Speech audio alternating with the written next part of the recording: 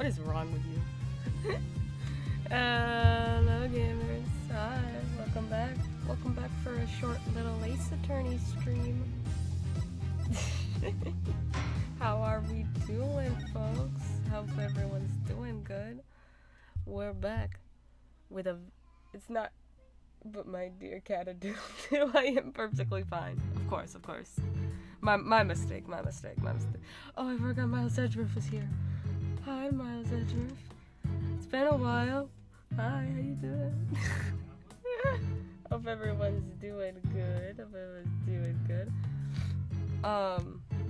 Just like my screen. We're back. Not gonna be super long stream today, cause it's very hot, and I need a break. But we're going to stream a little bit today. A little bit while it's a little cool. Let's look around at everything. This is one heck of a robot. There's something written on it. Is this supposed to be a poem? I cut down anyone who displeases me.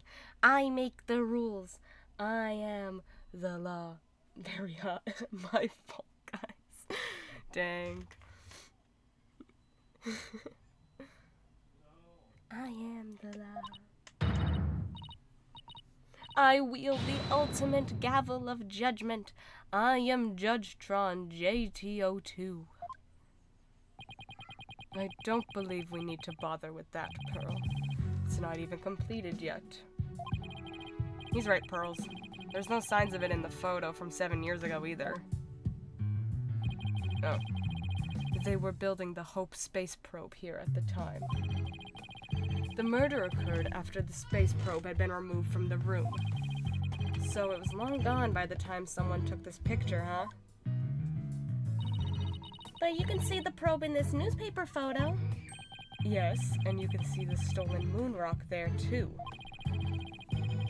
That strange black and yellow thing on the left side of the picture? Note that the same rock is absent from the crime scene photo. Not only that, but before the launch, a very valuable piece of moon rock was stolen. I hear there's lots of research into moon rocks and stardust from asteroids these days. They say the results could potentially have a huge impact on all of civilization. Literally, we're gonna get destroyed by asteroids. It's like we're in a new space race with every other country out there. So the person who stole it think it was our spy? I'm sure of it. Dr. Sykes was probably killed because she was a roadblock in their plan. Hello. Unfortunately, the government thinks Prosecutor Blackwell is the culprit. Interesting. What's this? It looks like a giant power plug. It's attached to what looks like an electric vehicle charging station. Oh, I forgot. When did Klonko show up? That's a charging station for us robots. We come here periodically and charge ourselves up. Wow, machines that maintain themselves. That's pretty cool. If our batteries run out and we lose consciousness, we never know what Miss Aura will do to us while we're down, you see. Oh my god. These poor robots got trauma. Nothing motivates quite like fear, huh? Oh goodness. What's this? A giant robot arm, maybe? It's pretty big for an arm, but you're right. I think these thin parts here are finger bones. They're even about as long as my legs. And there's a spiked ball and giant drill on the floor too. Is Aura trying to build some kind of weapon of massive destruction? Maybe she wants to use it to demolish a big building or something? I could picture her gleefully tearing down the street, doing just that. I'd better not think about it anymore. It's about as cluttered as my office, but I think it's a workbench. Mr. Nick, I think this must be a kitchen. Look at this photo. I see. See the cute little food processor? Is that what that is? That isn't a food processor, Pearls. That's the Hope capsule. Idiot. It was scheduled to be loaded onto the Hope space probe that fateful day. The 3 people who came to collect the capsule discovered the body. I love how this last episode feels like the good old days. The nostalgia is hitting me hard. We need a Maya appearance. Where is Maya? The 3 people who came to collect the capsule discovered the body. The first on the scene, huh? A staff member and 2 police officers, was it? And they were here to collect the capsule. Which reminds me. So they plan to use this bag to carry the capsule, is that right? Yeah, more or less. Say, why don't we stop talking about the case and have a nice cup of tea instead?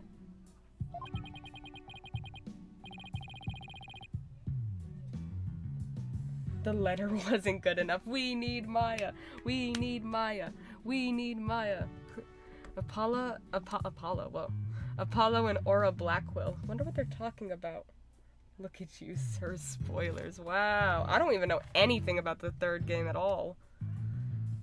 How do you know more than me about the 3rd game? Wonder what they're talking about.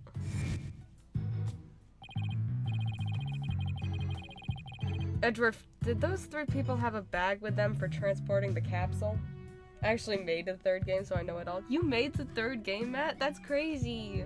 What the heck? Oh, you mean this? It's a custom-made, shock-resistant bag. But how'd you know? Oh, I just overheard Apollo making an inquiry about it. That's all. Gonna say some spoilers real quick.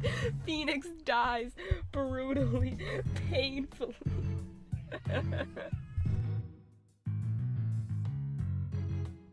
That's crazy. That's crazy. Were you the one in the writing room responsible for that? In front of Trucy, Apollo, and Athena while they're tied up. No. Did you write that? Were you in the writing room, Matt? Was that your suggestion? Oh man. Oh, I overheard Apollo making an inquiry about it. That's all.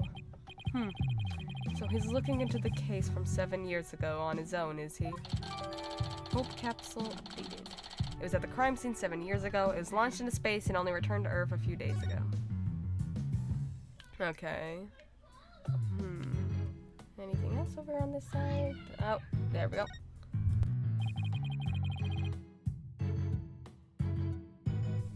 Hey, look at this row of rolling cases. And guess who does it? Maya Fey. She's the murderer.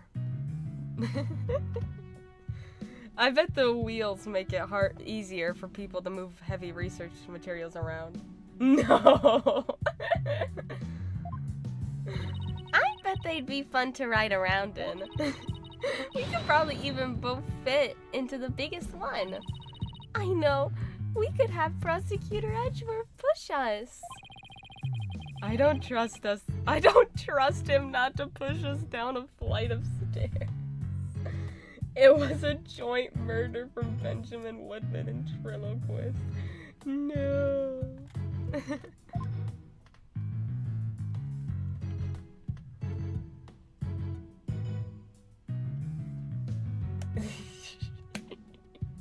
The amount of fanfics that have been written because of me. To be fair, I think they were being made before that too. I'm pretty sure there's been fanfiction written about them since the first game came out.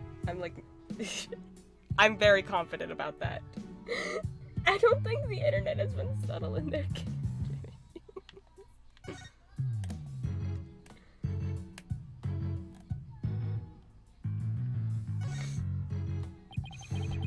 It looks like an operating table. It's in the photo too. Yes, it was here then as well, with the victim's body lying on it. There's a button here. Oh, I know. I'll try pushing it. Pearl, don't touch the...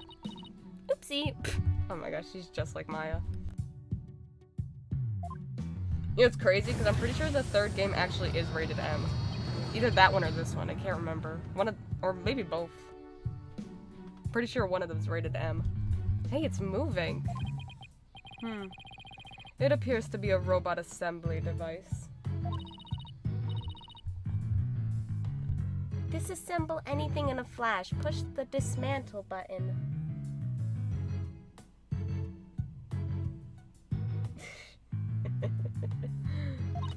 That sounds pretty neat. Can I push it, Mr. Nick? Please don't push any more buttons, Pearls. Look at Metis. Aura's desk is a mess, though that doesn't surprise me. Oh, I just want to dive in and straighten it up. Wait, before you do... Metis. Huh? She just glanced over at her desk.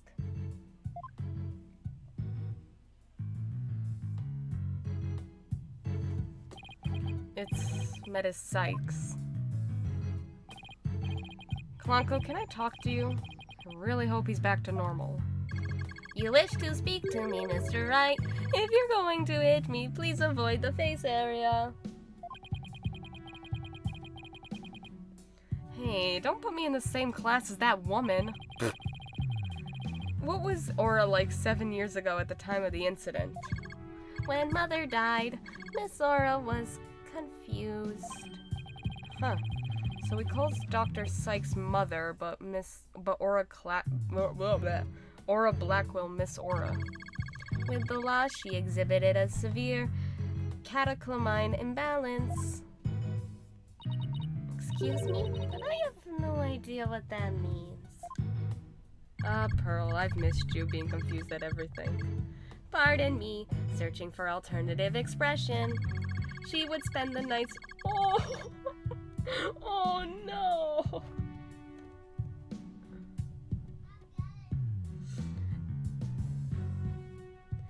She would spend the nights crying and then take out her feelings on those around her. Oh. After Prosecutor Blackwell was found guilty, she repeatedly demanded a retrial as well. That is correct, but without new evidence, her requests were ignored. And then little by little, Miss Aura began to change. She started to hate it when I called her... Oh, my God! She was the second mama! She was the second mama! I'm gonna cry.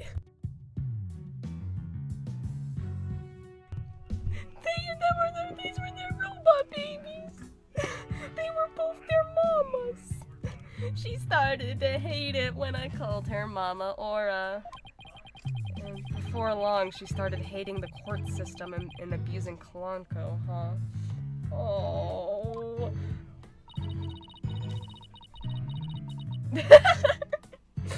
That murder destroyed so many lives. Right, take a look at this paper on Dr. Sykes and Miss Blackwell's research. Ponko and Klonko, they're the robots with hearts that Dr. Sykes created. Ponko series features can determine the presence of a human with their heartbeat detection system, recognizes people by scanning their spacesuit or uniform jacket ID tag, can also recognize a person by facial features once the face has been registered, can infer people's emotions by analyzing their tone of voice and communicate with them. I hope mine are correct because getting something correct gives me a crazy ego boost.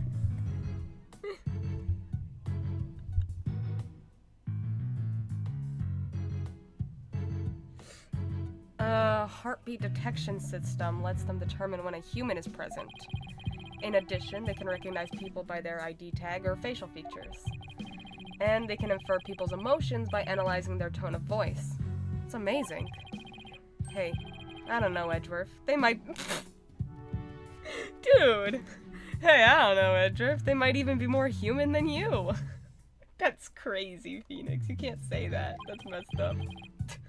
What's that supposed to mean? It kind of sounds like these robots can do what Athena does. Athena's a robot? Is that is that the conclusion? That'd be a crazy plot twist. She was a robot. It explains the recognition and communication features of the Ponko series of robots. Yeah, don't say that because that could actually happen. It really could. That'd be crazy. Imagine. Because she's got this, she does all the same things that, oh my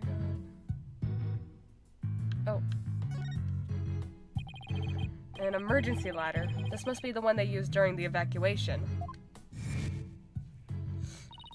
The explosion disabled the elevators, so I lowered my emergency ladder like the detective leading the evacuation told me to.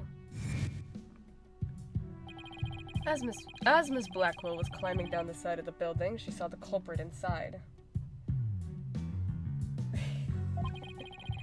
I wonder which would have been scarier, that or looking down. Emergency ladder. It was lowered to the ground from the window of the 4th floor robotics lab. It was used to evacuate Space Center personnel. Okay. Well, I guess that's about it for this room. So, what do you think, Wright? Any ideas? There are still a lot of gaps in the evidence, but I'll pull it off somehow. After all, you asked me to prove Blackwell's innocent, right, Edgeworth? What? He did? What? Yep. He called it a special request. He reached out to me while I was still disbarred. Oh! Whoa! He did? So 7 years ago. So that was what sparked you to get your attorney's badge back? Yep, the Blackwell case. Right, I have a special request. I want you to clear one of my subordinates of suspicion. Hey, I'm not even a lawyer anymore, remember? Haven't been one for a long time. Oh, no, he came recently. Okay, so that's why he got his lawyer's badge back. That's why he went and took the bar again. That 8-year misunderstanding has been cleared up, and you must be eager to return. I'm sure you're familiar with the other case that ushered in the dark age of the law. Very soon, a convict will stand as a prosecutor in court. I want you to keep an eye on him. Oh, is Edgeworth the reason that Blackwell was acting as prosecutor for the past few cases? Was he like, yeah, let the criminal be a prosecutor? What? Was that Edgeworth's doing? Just when I'm beginning to actually like the job I have now. Oh my god. I just realized that this is the second time that Phoenix Wright has become... This is the second time Phoenix Wright has become a lawyer thanks to Miles Edgeworth. That is so funny. Oh my god. Yeah, I just made that connection too. He probably knows he probably knows Blackwell personally due to his position, so he would know he isn't the culprit. Yeah. Edgeworth is very much a chess player. And that would be why Aura was able to get a hold of Edgeworth too. Yes. Oh, that's so interesting. Right, I'm sorry I dragged you into this. Because of the espionage aspect, I wasn't free to give you all the details. Hey, no need to apologize. It's like I said on the phone the other day. I know that the type of criminals you're after now aren't small fries anymore. Oh, that was him he was on the phone with in the very beginning of the game. Oh my god.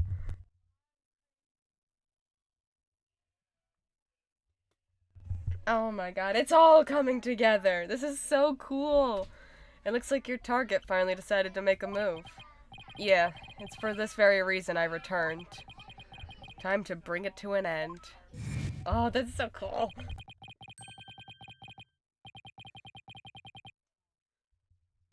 I'm going to end the dark age of the law. That's what this is all about. Yeah, Phoenix, get him.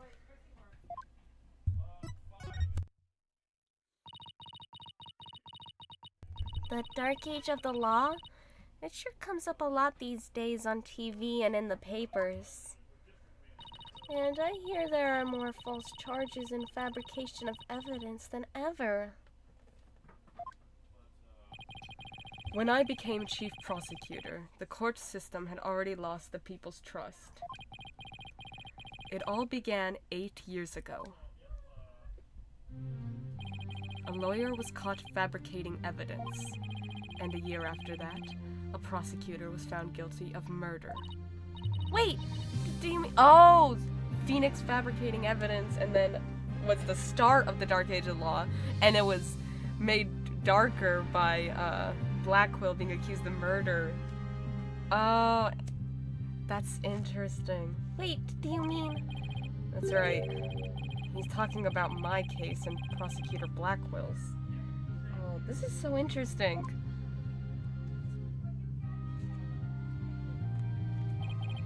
It was a downward spiral after that. An absolute nightmare. After those 2 cases, the mass media launched an all-out attack on the courts. It all goes back to Kristoff. Kristoff, I hate you. Public opinion was tainted, and before long, the legal world itself was sucked into it.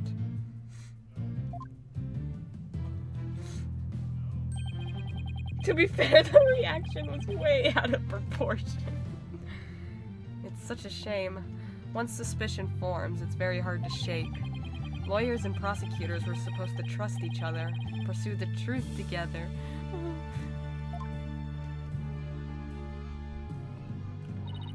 It's so sad when people begin to cast doubt. They start lying to themselves and each other. Yeah, and do absolutely anything to win. One prosecutor killed someone, and looking at Blackwell is kind of to be expected, and one defended fake evidence, which in the grand scheme of things isn't that much. It's gonna cause it. Man, if Manfred von Karma was here, the Dark Age should have started a lot sooner. I'm gonna cause. I'm pretty sure Manfred von Karma both faked evidence and killed people, you know? Yeah, and do absolutely anything to win. We're in an age now where winning is valued far more than the truth. I'm sure it's caused our new chief prosecutor to lose many a night's rest. Is it just me, or did his brow get even more furrowed than the last time I saw him? Darn it, those darn liberal youths. The hostage taker's disdain for the courts is a perfect example of the times. It sure is. Do you have any idea who the hostage taker might be? Well, somebody who mistrusts the court system and who can manipulate robots. It can really only be Aura Blackwell. Who else but her would want a retrial of that case from 7 years ago so badly? Simon Blackwell's older sister, and the owner of this room. I agree with your conclusion. They only just realized it's Aura. It's been obvious it's Aura for so long. Perhaps she intended to force Miss Sykes to confess. Actually, I think she had a much more horrific plan in mind for Athena. Oh no. It was obvious before they even got there. The important thing is for you to solve UR1 and prove Blackwell's innocence. And then maybe she'll release the hostages. I'm counting on you, Wright. Just set that prosecutor and those hostages free. And I'll be counting on you in court to help me too. Of course. I'll do everything I can to help uncover the truth. Oh, I just realized. As this isn't an official trial, I'm more at liberty to be a little unorthodox. Oh? Edgeworth just loves getting involved in cases that involve some weirdly named older kids. Okay, no joke. I was watching some playthroughs of the original trilogy earlier, and I literally realized that in these final episodes with Miles Edgeworth, something always happened that connects him to a past old case. Every single time. He has, I don't know why, he's always has the dark, mysterious past of the case. He's got a weird thing with it. It's wild. It happens every single time.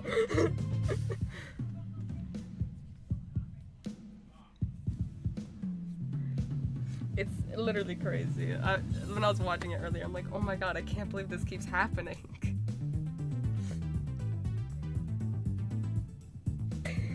This is why you don't get around as a young person, guys. Consequences. As this isn't an official trial, I'm more at liberty to be a little unorthodox. Mr. Wright, are you finished with your investigation? Yeah, but I'd like you to tell the hostage taker something for me. I have to go to the detention center. I can't start the trial until I've talked to Athena. Edgeworth did, and his hair's gray at 30. She's already given her consent. I'll accompany you to the detention center. So I'm still being watched, huh? I'll see you in court, Edgeworth. Even if it will be on a documented trial, it'll be good to face you in court again. Aww. Aww. Aww. I miss them! I've missed them so much. I've missed them.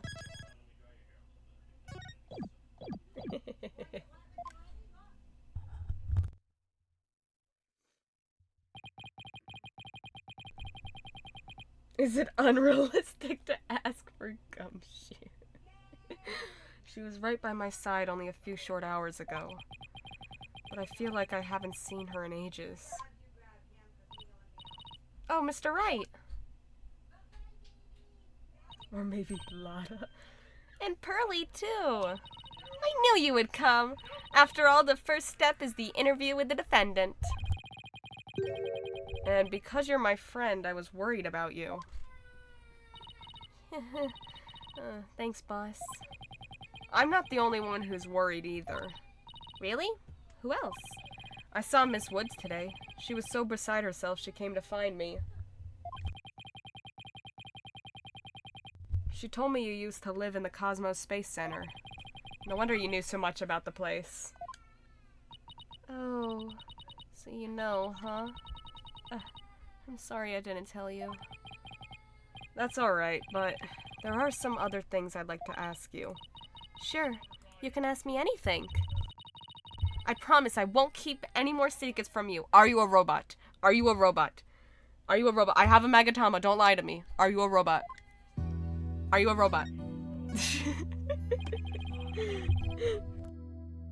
Listen, she's gotta be a robot, okay? Tell me. I 100% guarantee a Psyche Lock's gonna appear. 8 locks, all black. Yep. Deep dark secret. Tell me about the day Clay was murdered. I was actually at the Space Center that day. In the Space Museum. So you were there. Okay. And she was, oh my god, she was there, and she was at the site the killer was at. Awesome. Great. Alright, where the culprit fled to? That's not good. The secret's gonna be like, I'm a robot designed to wipe out humanity. Have you met my 2 mothers?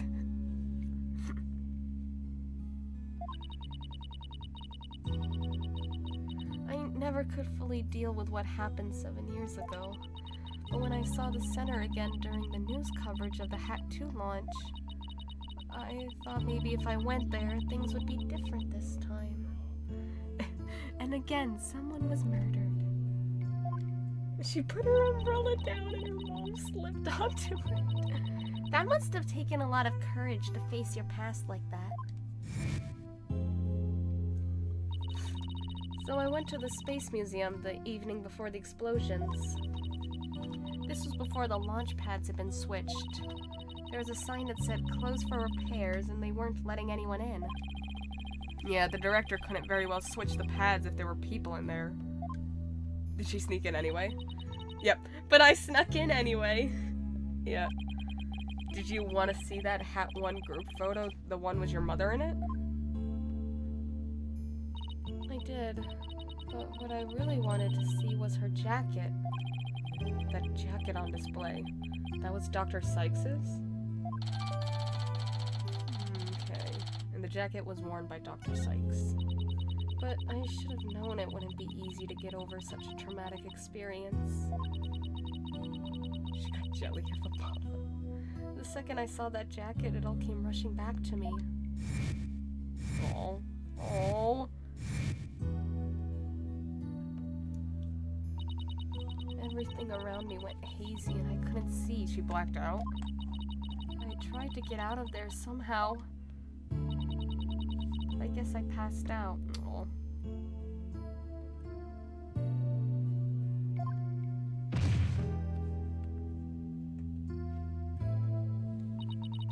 When I came to, I was in the passage behind the rocket. I was in the shadows where people couldn't really see me. Maybe you got confused and went the wrong way when you were trying to leave?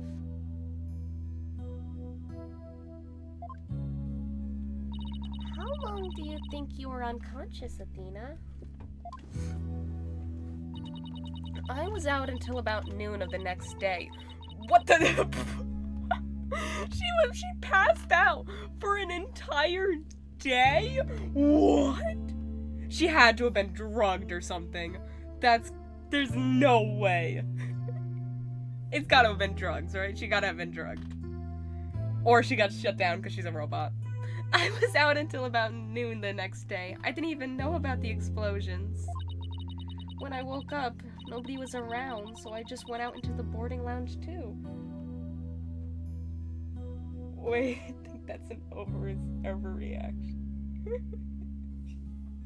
Did nobody see her? She was in the shadows, apparently. I'm calling it now. She was drugged. She was either drugged or she's a robot and she got shut down.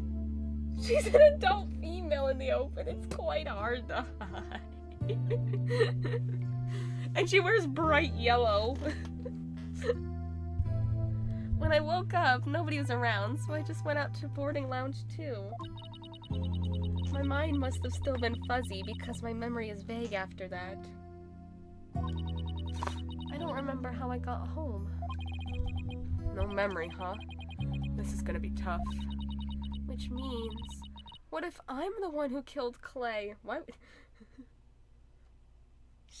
Her robot switch got turned on and she killed people with her robotness. With a glowing robot on her neck. Which means, what if I'm the one who killed Clay? I think that's enough of that, Athena. Let's talk about something else.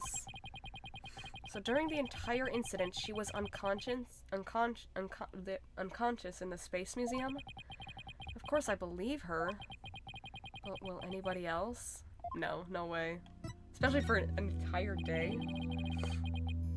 I have a theory. What kind of research was Dr. Sykes, your mother, doing? Machines that could tell people's emotions by their tone of voice, and my special ability. Someday when people travel to distant planets, their companions will be robots. So she said they had to be able to understand how their human companions felt. Even I don't believe her. Clay killed Athena's mother, so Blackwell's sister found out some point and plotted her revenge. Wow, robots that can understand people. I was just a convenient subject for her research. All she ever did was work, and she never paid any attention to me. Aww. Oh, sorry about that. Dredging up all the old stuff. No need to apologize. I guess her home life was complicated. Oh, by the way, Miss Woods said something about you always wearing headphones.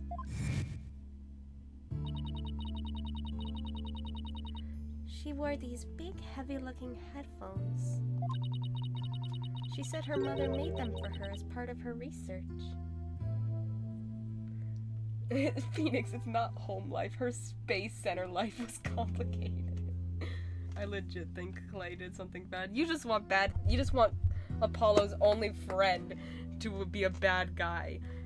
You just want Apollo to have only bad friends. Mainly because I think they want to have a massive moment for Apollo. No, because I agree and I like Apollo. She said her mother made them for her as part of her research. But it's mainly because I want to be correct.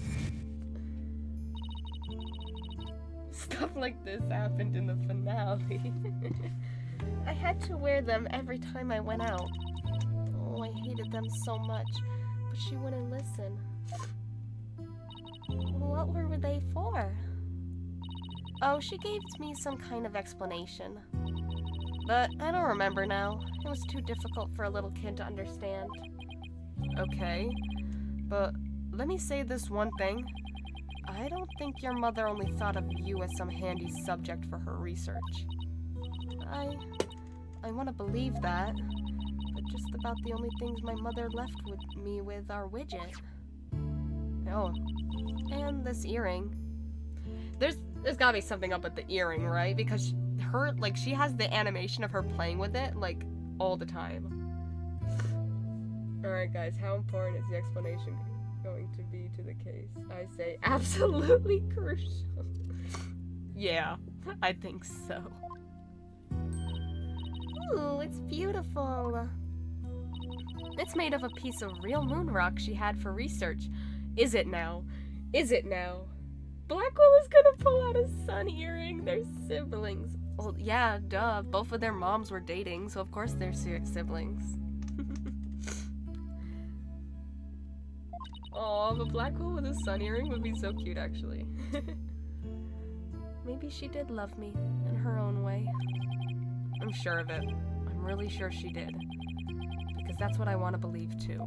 Aww. An earring that Dr. Sykes gave to Athena, the stone was cut from a real moon rock that was being used for research. I'd better ask her a little more about her mother's research. I should show her that paper I found in the robotics lab.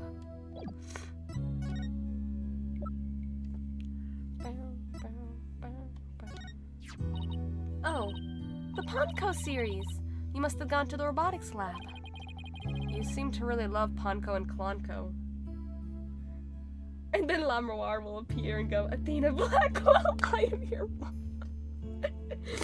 Lamroir is everyone's mother. She got around. You seem to really love Ponko and Klonko. Yeah, my mother made them and I grew up around them, you know?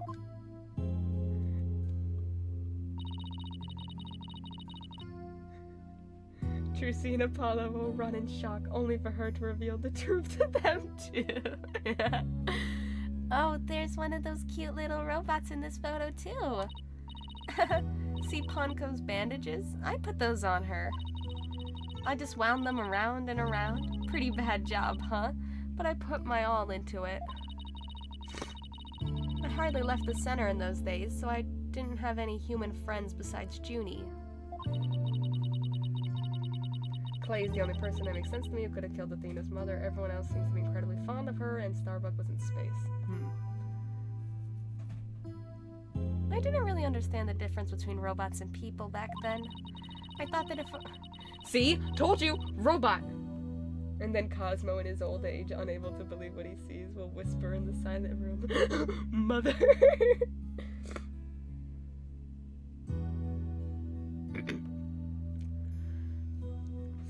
I thought that if a robot broke, bandaging it would help it get better. What a weirdo I was. Oh, so she broke? It looks like there's something written on the bandages. Yeah, I wrote stuff like, get well soon, Ponko.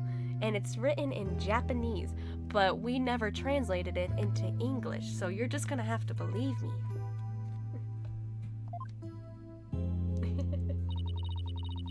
But in the end, my mom just put her on the operating table and fixed her up in a flash. Orange robot. Who else has orange on their design? Athena. Athena, robot. Confirmed. Until I see the credits, I'm believing Athena's a robot. Okay? But in the end, my mom just put her on the operating table and fixed her in a flash.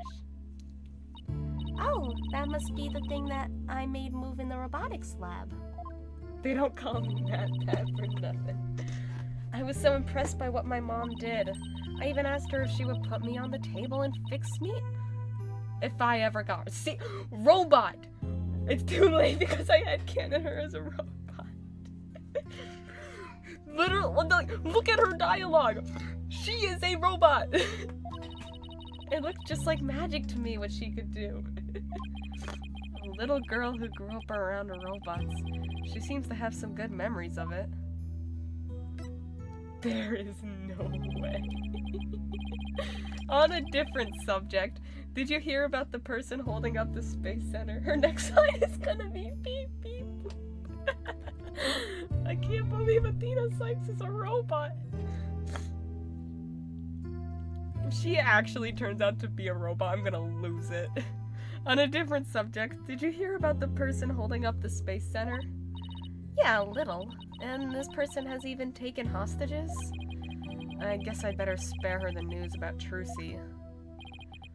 Well, after some negotiating, we agreed to do a retrial of the case from 7 years ago.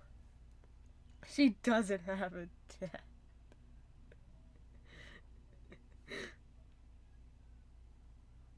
After some negotiating, we decided to do a retrial of the case from 7 years ago. What? You're kidding me. So that means Prosecutor Blackwell might... Yep, I know he's innocent. I just have to prove it. One sec.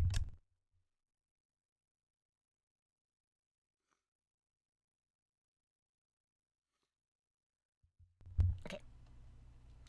Cat, hi, no name. Hello.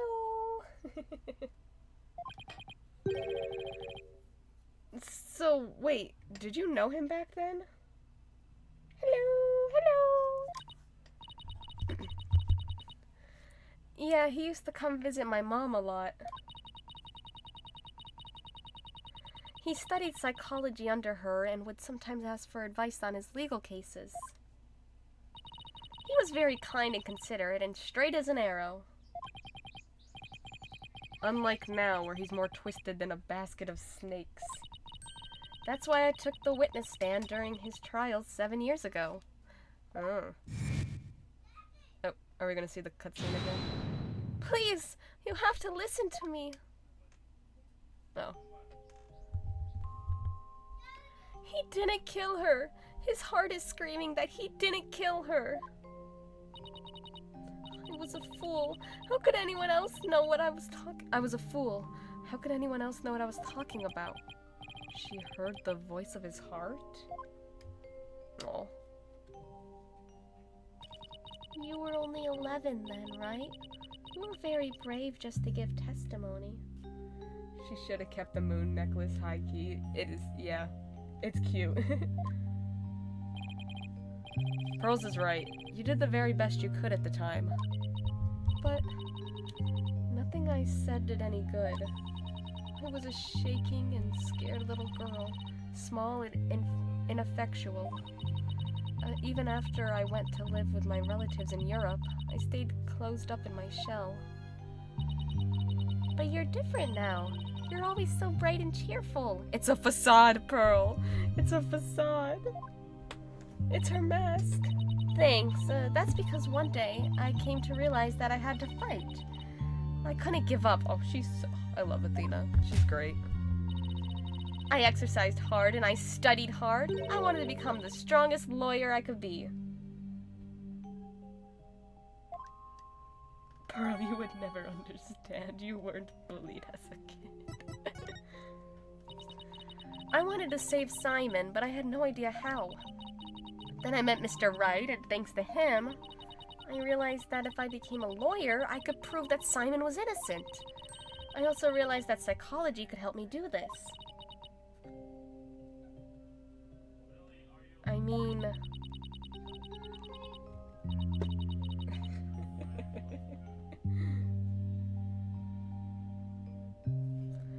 Psychology was my mother's specialty when I studied it. I felt like she was there with me, supporting me. It doesn't seem like Athena knows that Prosecutor Blackwell is due to be executed tomorrow. I wanted to prove Simon's innocence personally. I wanted to do it so bad. Even now, I want to fly out of here and go save him.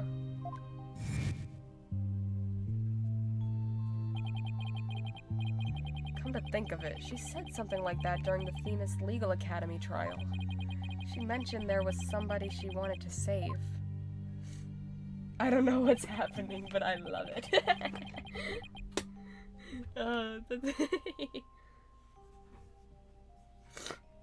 She must have been talking about Prosecutor Blackwell.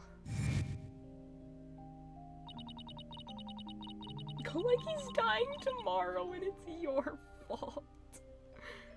I heard some prison guards say that you had an interview with Simon.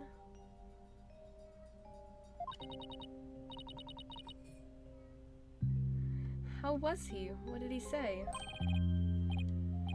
No, I can't tell her. But how can I lie to Athena? He was doing well. He was happy about the possibility of being proven innocent, and he's not dying tomorrow. He was? I wonder if he smiled like he used to back then. Aww.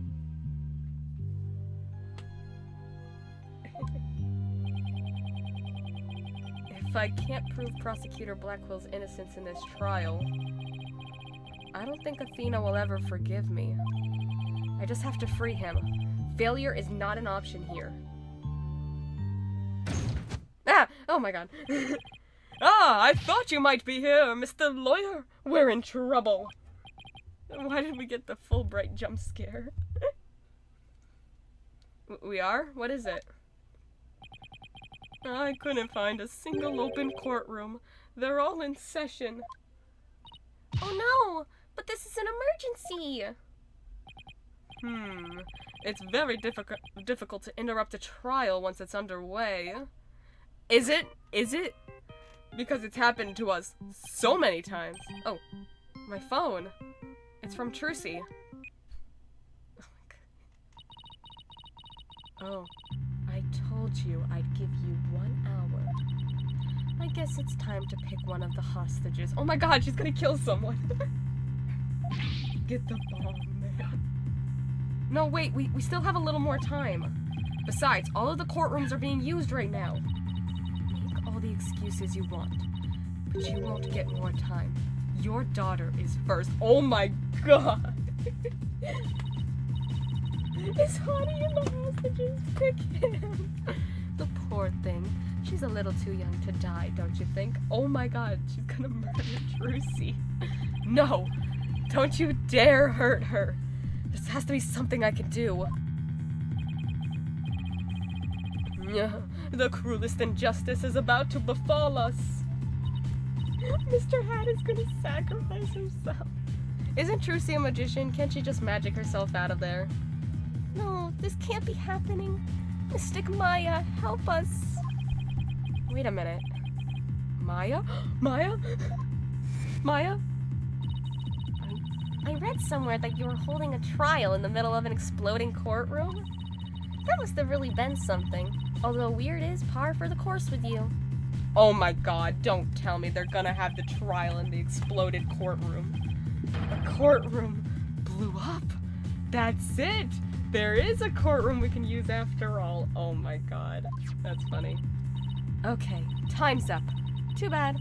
Any last words you'd like to say to her? Hold it! Aura, please don't add to the crimes you've already committed. Oh, he got her. So you know who I am, do you? It wasn't like I was trying to keep it a secret anyway. All the courtrooms are in use. There is other judges. How does Phoenix only get stuck with the one? Actually, how do all the defense attorneys in this game only get stuck with the one? We're ready to start the trial. Let's go in the exploded courtroom. We can hold it in the ruins of courtroom number 4. The one blown up by the bomber. Oh, what a wonderful idea, Mr. Nick. I never would have thought of that. An astonishing trial in an astonishing location. I guess it's only befitting. I'll go get the place ready right away. I didn't exactly pick the place for its astonishing factor. Nurse Joy type situation. He has an army of clones. How about it? Are you ready to have your brother's innocence proven? My brother? Oh, I'm sorry. Did I forget to mention? It's not Simon you'll be defending. What? Not Prosecutor Blackwell? Oh. I indict Athena Sykes on the charge of murdering her own mother. Whoa. Whoa. Blood to it blood. I just fell to my knees. You'll be defending the little princess there, the one behind the glass, and I wasn't standing up. What? See you in that mountain of rubble you've chosen for our courtroom, Mr. Wright. Whoa. What is she talking about? Athena? Of course. Why didn't it ever occur to me before? If Prosecutor Blackwell is innocent, somebody else had to have been the true culprit. Wait, did she just sentence her brother to death? Oh no, Athena. Did I kill my own mother? You did in one of your robot rampages, Athena. No. No! Oh my, no! Matt, you called it! Matt, you called it! You did, you called it! All the black psyche locks. No way! It can't be true. Oh no, did she kill her mom? Mr. Nick, what's the matter? I see 5 black psyche locks. Oh my god. I've seen these kind of locks before. Is it gonna flash up Christoph Gavin? Dark black locks protecting a secret hidden deep inside a person's heart. Oh no. And there's no way to remove them. Oh no. Well, to be fair, Phoenix, you didn't even try to remove them, okay? Yeah, it's Clay. Who's Clay? Well, he was the victim. He was the victim in the previous case.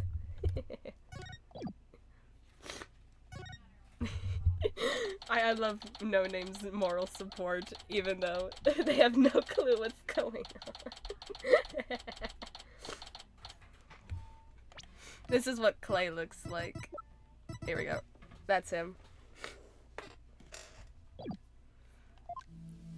I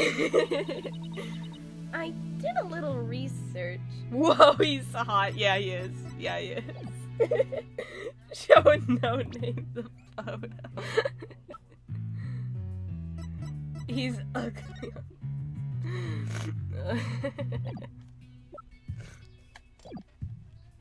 That's him, isn't it? Like, it's totally him. I'm drooling. No Name's so base.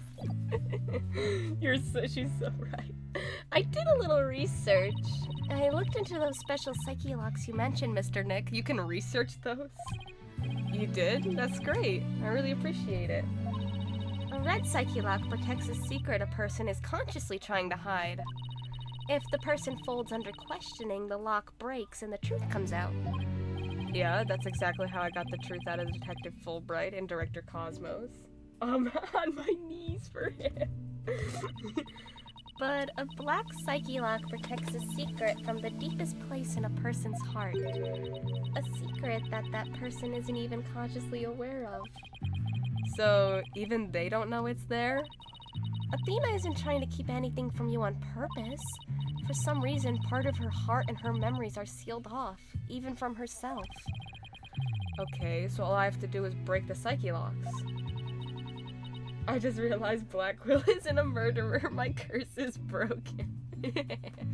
Yeah, but Athena might be. According to my research, A black psyche lock is like a heavy chain wrapped directly around one's heart. If they are ripped off by force, it could cause permanent damage to a person's soul. Athena did not do it. We all know that. I don't know. In other words, if I'm not careful, I could traumatize Athena for good. Pearls, could you stay by Athena's side? She must be suffering under the weight of such a heavy burden.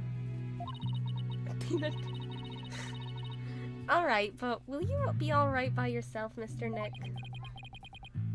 I'm up against Edgeworth. I have to be able to give this trial all of my focus and strength. And you can't do that if I'm there. I'll just hold you back. Oh my god. No, that's not it. I just meant I can relax and concentrate if I knew you were with Athena. You're the only one who can do it, Pearls. Alright. I'll do it then. Good luck, Mr. Nick. Let's do this. Good. Now that my mind is at ease, I'd better get ready. I'll just tidy up the evidence and take out what I don't need. It's time to end this nightmare that started 7 years ago. Let's do this. It's December 20th. District Court. Courtroom number 4. Defense, prosecution, and judge. There are even people in the gallery. The roof has been completely blown off and the walls have collapsed. But today, this ruin is my battleground. Let's do this. What gallery? Oh my god, the robot's on the witness stand. Court is now in session. All rise. What gallery? It all got crushed. Court is now in court, or some facsimile thereof, is now in session for the trial of Athena Sykes. Not a facsimile, old man. This is a proper, official trial. Take this more seriously, or you'll start hearing the bones of the hostages snap. Please try not to upset Miss Blackwell. I'm begging you. Court is now in session for the very serious and very proper trial of Athena Sykes. Oh, I've missed him. He's in 3D now. This is no trial. It's nothing more than a ridiculous farce. Dude, stop. Don't upset her. Phoenix is also kinda.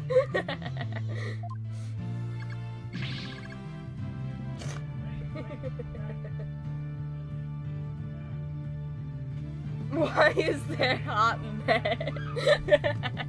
What did you say? Edgeworth, did you not hear what I just said to his honor? However, this ridiculous farce has a very important meaning for our legal system. Recall the case of the UR1 incident, in which a prosecutor was found guilty of murder. I can change them! That's my one. The case ushered in the odious dark age of the law. Wow, saying that in Pride Month, shame on you. Oh my gosh. I see what you're after. If we can find the real truth behind that case today. Precisely. The darkness will be dispelled and glory shall be restored to the court system. Prosecutor Edgeworth, you sound as if you know something of this truth. I do indeed. A new suspect has emerged in the UR1 case. For 7 years, Simon Blackwell has refused to speak in order to cover for someone else. Brace yourself, Phoenix. Here it comes. I'm sorry, Wright, but the situation is what it is, and I must do what I must. The prosecution moves to indict Athena Sykes on the count of murder in the 1st degree. Yikes. Oh, cutscene. Regardless the circumstance, I intend to question the defendant with all I have. Oh. For that is a part of my creed. I've missed them. Then you'd better bring it. If the two of you are ready, The judge. court is now in session for the trial of Athena Sykes. Oh my god. Your Honor, the defense was born ready. The prosecution is also ready.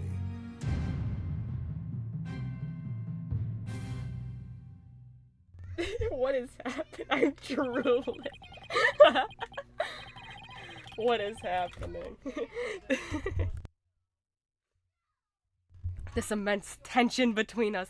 It's like we're picking up right where we left off. It's been 8 years. Wow.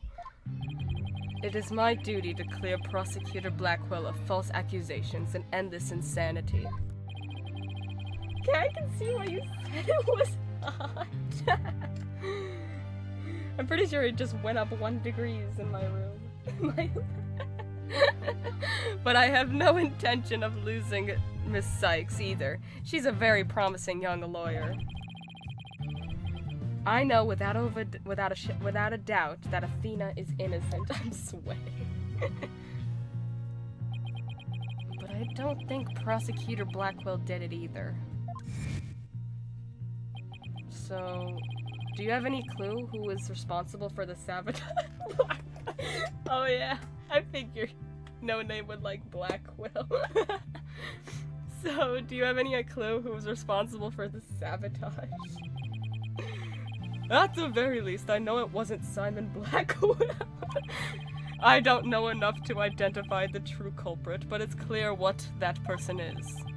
To put it simply, a spy. The true culprit is a spy. It's gonna be hard to convince anyone of that when I barely believe it myself. But I don't have a choice if I want to save Athena and Blackwell and expose the spy. I have 3 balls.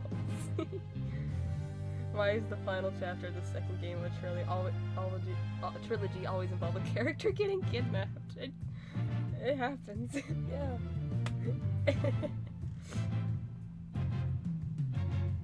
With Pearl of all people showing up too, yeah. And Miles Edgeworth too. And Miles Edgeworth coming back to prosecute instead of the prosecutor for the game. That's also a thing that happens. This happened last time too. We just need Shelly to kill her now. Maybe Aura is the killer. But I don't have a choice if I want to save Athena and Blackwell and expose the spy. Now then, Chief Prosecutor Blackwell, Edgeworth, crap, I'm sorry. Edgeworth, sorry. My mistake. And Maya communicating through a different method than speaking because she can't turn up. And the drawing was in the second game of the last game too, because she did it on the card, on Shelly the Killer's card. This is literally the same. No need for the Chief Prosecutor bitch, Your Honor. I am here as a simple prosecutor. Very well, your opening statement, please. Prosecutor Edgeworth, I won't mistake again. Although I've been known of late to give an impressive opening statement myself. In all the trials I have ever seen, only the prosecution gives an opening statement. Of course, you're right, I was just joking. Just having a little fun. So he wasn't doing them just out of fear. Interesting. Let's start with a brief overview of the UR1 incident. Where comes she with Von Karma? Von Karma's gotta burst through the door to bring in the evidence. Let's start with a brief overview of the UR1 incident. Von Karma's in my hell castle right now with the other. The incident occurred at the Cosmos Space Center 7 years ago on October 7th. The victim, psychologist Metis Sykes, was killed in the robotics lab on the 4th floor. Athena's mother, Simon Blackwell, a young prosecutor at the time, was found guilty of the crime.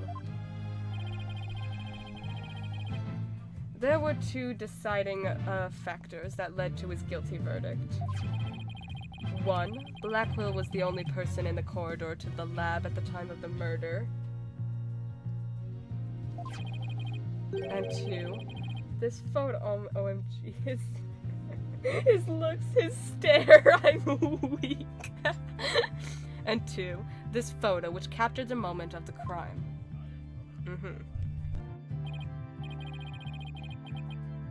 Very incriminating evidence indeed. It would appear that the only conclusion is that Prosecutor Blackwell did indeed... Hold on. Are you kidding me? I'm not accepting any conclusion of that kind. This opening statement is over. Now hurry up and call the witness. Excuse me, Miss Blackwell, but we must follow proper procedure for these things, you know? I let him unalive me. Blackwell has like 3 different colors in his hair.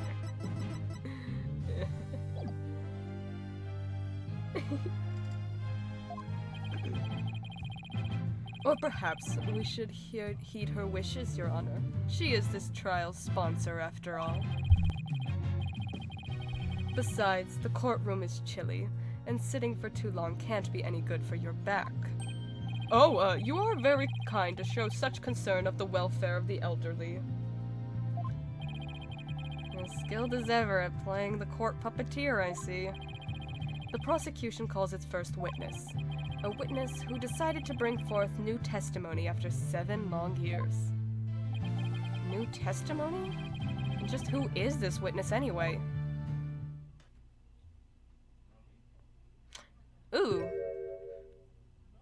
Interesting.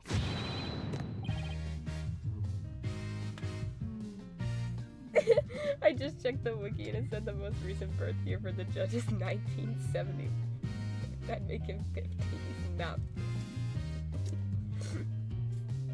Bobby Fulbright's the name, and just this we trust. Fulbright, yay! What are you doing here?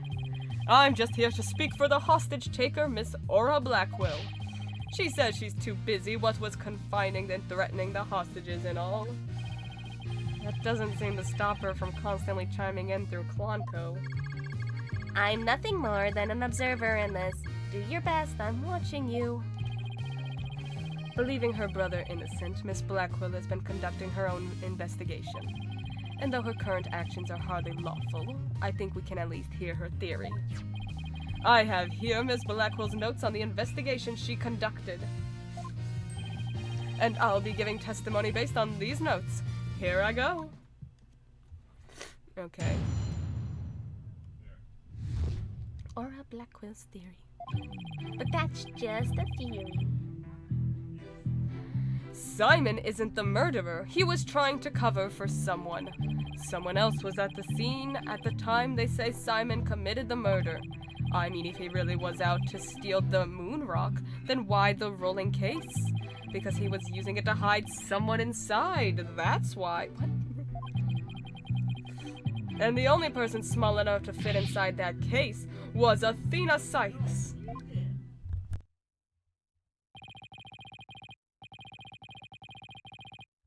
And that's Miss Blackwell's theory. It totally goes in the face of the official ruling, huh? About the case she mentions, there were other rolling cases like that one in the lab. But they're not for traveling, they're apparently for moving parts and equipment. I vaguely remember seeing 3 cases, all different sizes.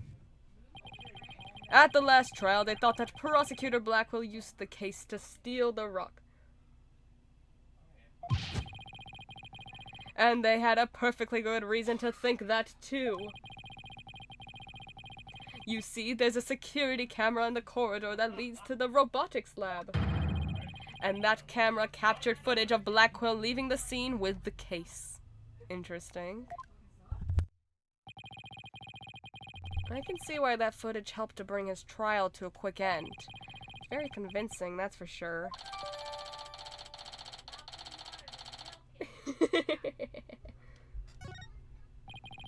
That case, by the way, was later discovered outside on the Space Center grounds.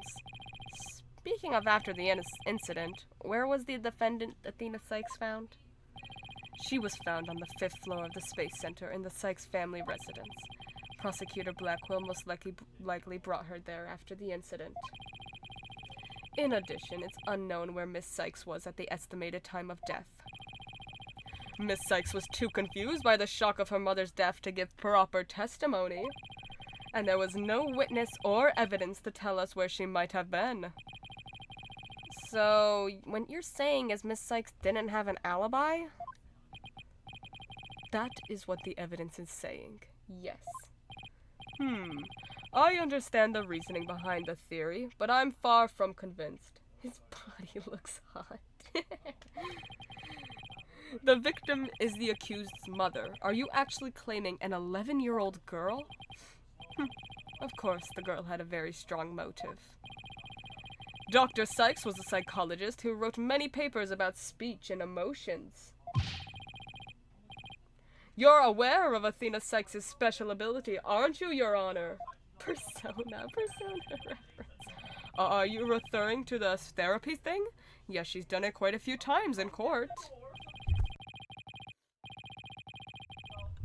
The ability to read emotions from speech and the subject of her mother's research. Well, as long as it benefits society, I don't see any particular problem researching it. I don't like where this is heading. Not one bit. Dr. Sykes was so intent on her research, she forced her daughter to undergo experiments. Prosecutor Edgeworth, are you seriously suggesting? No, I've missed doing that. I've done my best to be delicate, but even you can't deny it to be true, Mr. Wright. No longer able to withstand the anguish of the experiments, Miss Sykes felt her only choice was to kill her own mother. Ugh.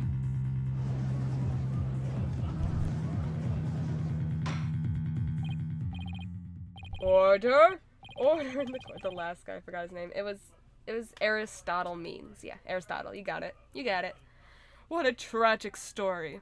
I hardly want to believe it myself. But we must proceed. Mr. Wright, if you could. Detective Fulbright, please refer to the notes. It's John. Alright, oh, I missed this.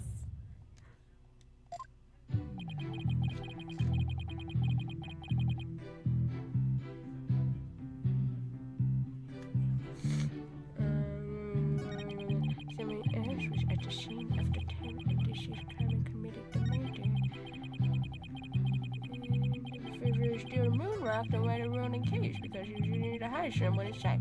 That's why the only person small enough to fit inside that cage was the scene of sex. Crazy! Hold it! Johnny Ace Attorney is the judge's real name, you know.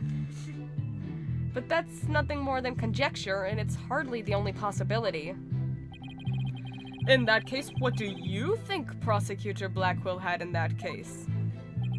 I think it was the moon rock? Objection! There were 3 cases at the scene, but Prosecutor Blackwell used the largest one. The moon rock was egg-shaped and only about 8 inches in diameter. It wouldn't have made any sense to use the largest case there just to move that rock. Objection! Be that as it may, it doesn't prove Miss Sykes was inside. Wait, I just checked my Discord. Cat is live BRB. Sup, hey Matt, glad to see you here. Welcome, we've missed you. Then let me ask you this. Can you come up with a better theory of what was in the case? Oh well, Mr. Wright, can you? Yikes, give a guy some time to think. Let's see, should I try to bluff my way through what could have been in that case? Yeah, sure, that's your thing. I know exactly what Prosecutor Blackwell carried from the scene. Soup. No need to sound so AI generated when saying you miss me. Sorry, that was just the auto response I play whenever you enter the chat. I just have to find something else that was missing, right? No sweat. Ooh, I'd be very interested in hearing your theory, if it's true, that is. This is a crime scene photo taken after Prosecutor Blackwell left, correct? All you have to do is compare this with this photo of Prosecutor Blackwell to see what's missing. If he took something with him, then it should be in one of these photos. Lady Luck, don't fail me now. Alright then, Mr. Wright, let's hear your theory. What did Prosecutor Blackwell take from the scene of the murder? I guess this wasn't there, right? Do we have the photo? Yeah, that's missing. Sure. You took the robot arm. Sure. Please notice that there is a robot part on top of the card in this photo. However, in this photo taken after the crime, the robot part is gone. In other words, this part is something that was taken from the scene of the crime. You do appear to be right. I don't see it in the second photo. But it's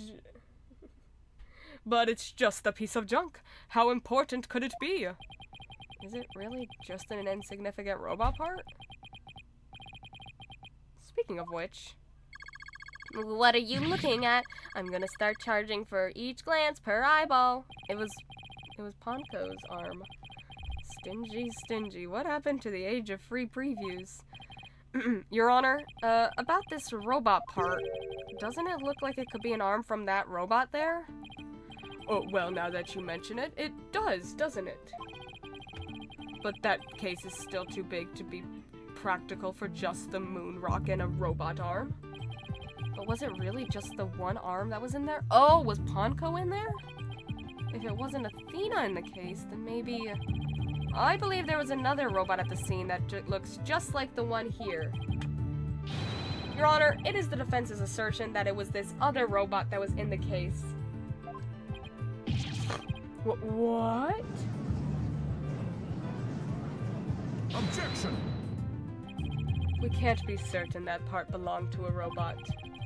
Yes, it looks like the arm of the one before us, but it could be something else entirely.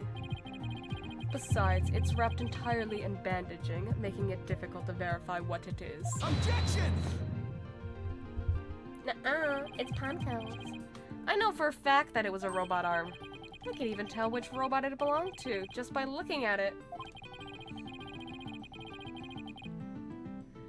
With this information, we can investigate whether it was there at the time or not. But Mr. Wright, I thought you were more of the technologically illiterate type. I mean, look at your stupid flip phone. When did you become such an expert? I feel somehow abandoned. Not to worry, Your Honor. I still know next to nothing about machines. But I know this piece of evidence proves which robot the arm belonged to. It was in... yeah. Yeah. Take that! The robot in this picture is named Ponko.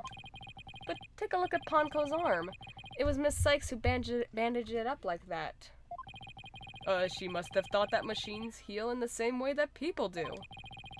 The red-haired guy, OMG.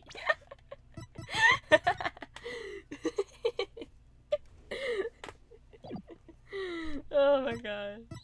Here he is nowadays. Solomon Starbuck.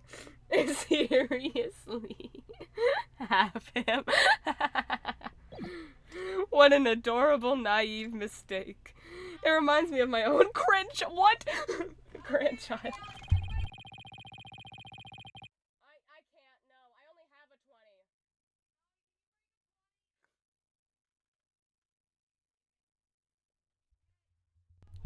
The robot arm at the crime scene had the same bandaging wrapped around it. That bag, though. In other words, this robot arm could belong to none other than Ponko.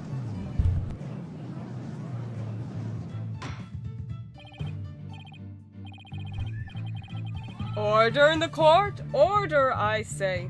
Prosecutor Edgeworth, what do you have to say to this? I concede that the robot is about the same size as a child. I can rip it off in no word. But it cannot grab its knees and curl itself up into a ball. Even if it was the largest of the cases, the robot couldn't have possibly fit in there. The case does come up to about mid-thigh on Prosecutor Blackwell. He's tall. He's a tall boy. I see your point. The robot is much taller than that. Got me there. So did Prosecutor Blackwell make Ponko fit in the case by dismantling her, compacting her? Oh, he dismantled her on the dismantling thing.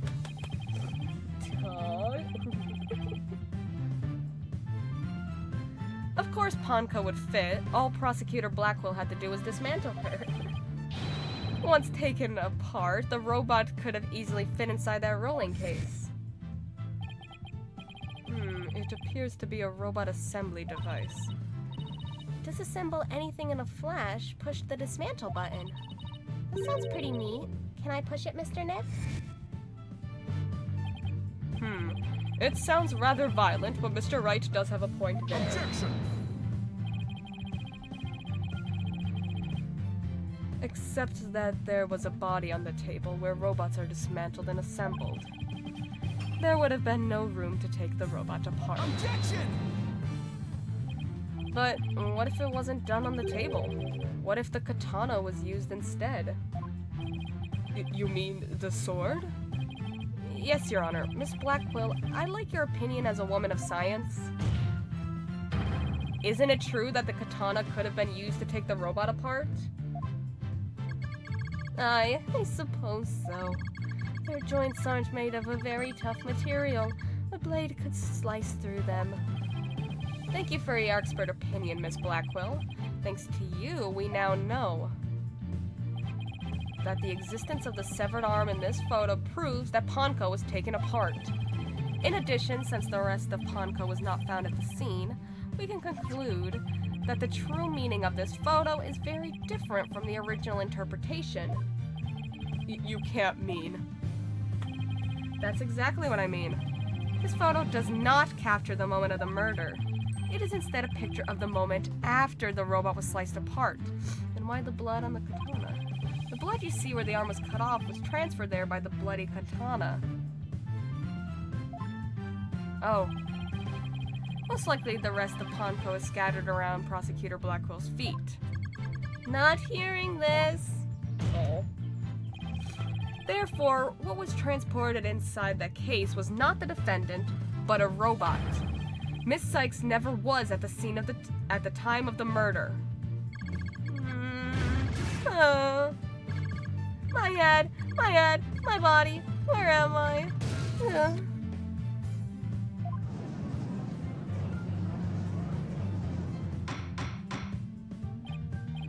Order! Order in the court! It's true that Ponko was found in pieces after the murder, and I'll admit I repaired her myself afterwards. Interesting. Yes, finally making some progress. Hopefully I've gotten at least one step closer to proving both Athena and Prosecutor Blackwell innocent. Objection!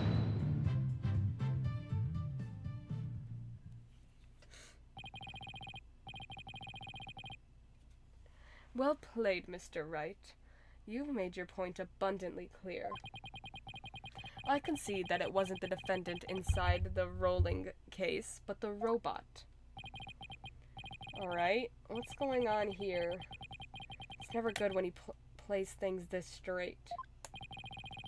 Does the prosecution withdraw its claim that the defendant was carried from the scene? No, Your Honor.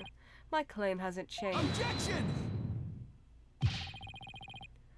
But Ponko and Miss Sykes couldn't have both been inside that case. Objection! The notion that the case was used to carry Miss Sykes was Miss Blackwell's theory. I have been of a different opinion from the outset. Now I finally have the opportunity to voice my theory. I did the thing. Never good when he plays things straight because he's gay. Thanks to the defense. Edgeworth.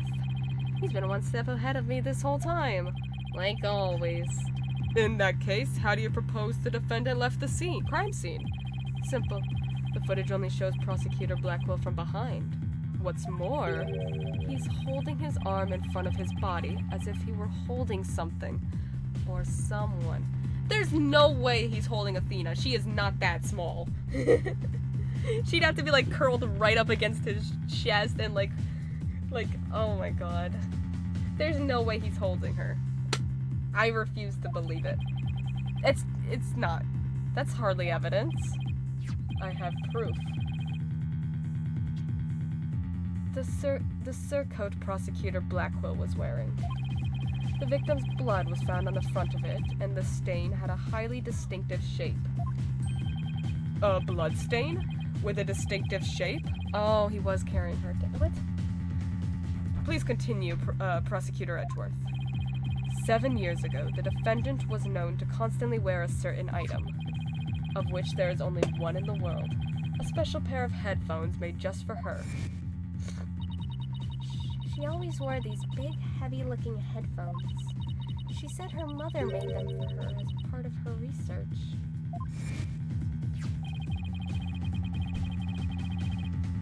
Analysis showed the blood stain to be in the exact same shape as these headphones. In other words, this was no mere blood spatter. The blood went from the victim's body to the headphones and then was imprinted onto Prosecutor Blackwell's coat like a stamp. A most gruesome stamp indeed. Blackwell carried Miss Sykes, who had been hit by splatter, away from the crime scene. This proves that Athena Sykes was without question present at the crime scene. And that concludes the prosecution's argument. Oh, I didn't see what he said. I looked away. I was reading chat.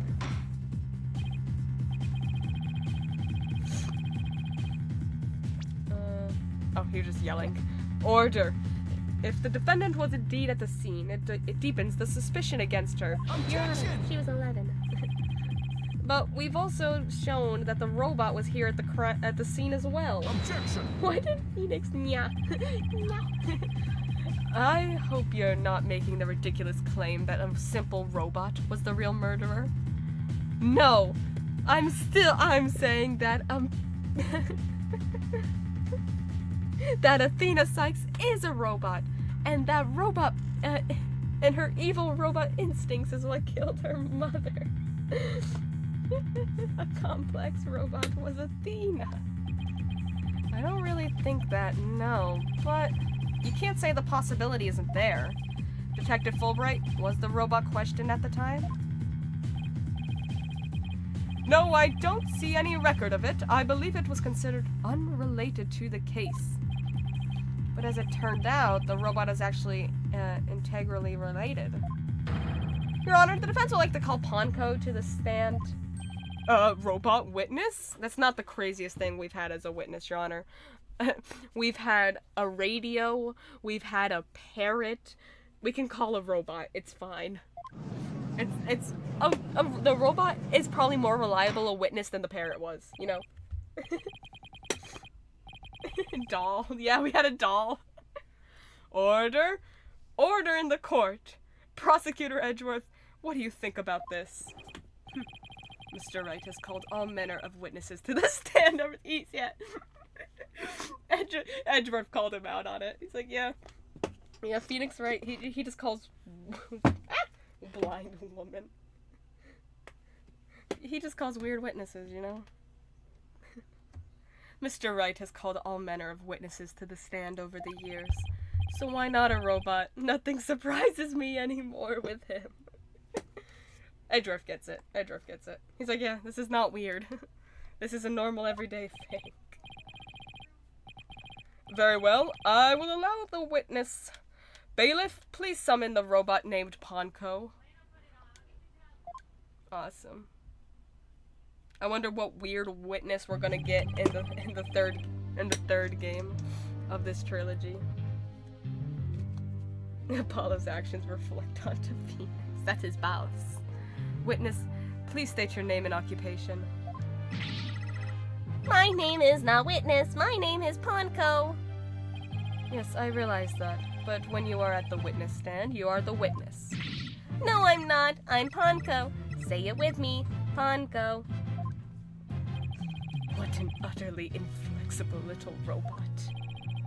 You're the last person who should be calling anybody inflexible. Okay. What? Haha! You remind me of my grandchild who just learned his own name. Oh, how precious. Whoa. Whoa, okay. Freaky. What did you mean by that? Alright, Ponko. I'm going to ask you some questions. Questions. You have questions. Hooray! What are your questions? I want to know if you were there at the scene of the murder of Metis Sykes. It was 7 years ago on the 7th of October around 2 p.m. in the robotics lab. Certainly. Just one moment. Searching data. Search complete. Yes, I was there in the robotics lab. Look at the little crates for Ponko. It would seem this robot's testimony is necessary to this case after all. This is great! I just knew Ponko must have seen something important. A murder committed right before this poor little girl's eyes? It's inexcusable. The judge seems ready to adopt Ponko as another grandchild. Aww. So, little Ponko, do you think you can give us your testimony today? Judge gets it. I love Judge. What I saw. I went to the robotics lab at about 2 p.m. He's just a tad out of touch sometimes. for my regular recharge. Just as I was about to charge up, Athena came in and hugged Mommy Metis.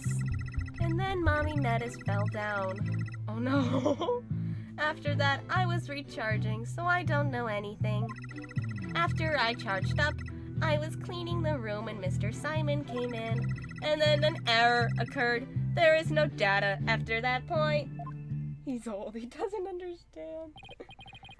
Well, it sounds like the defendant was, without question, at the scene. However, it doesn't appear that the witness saw the actual moment of the murder. I disagree. This testimony shows that the defendant did indeed commit the crime. What? What? At the end of the day, we mustn't forget that this witness is still a machine. Being a robot, its understanding and capacity to express itself are limited. So, what are you suggesting? The witness's statements need to be interpreted. For example, the terms hugged and then later fell down. Adults don't usually fall down after being hugged by a child. You don't know that, okay, Edgeworth? Just because you weren't hugged as a child doesn't... I'm looking at past cases to find weird witnesses, and the killers were so fun. Yeah, sometimes they are, sometimes they are. They don't, but... Yes, what this witness's statements are telling us is, sometimes, consistently, that the defendant stabbed the victim with the murder weapon during this moment. What?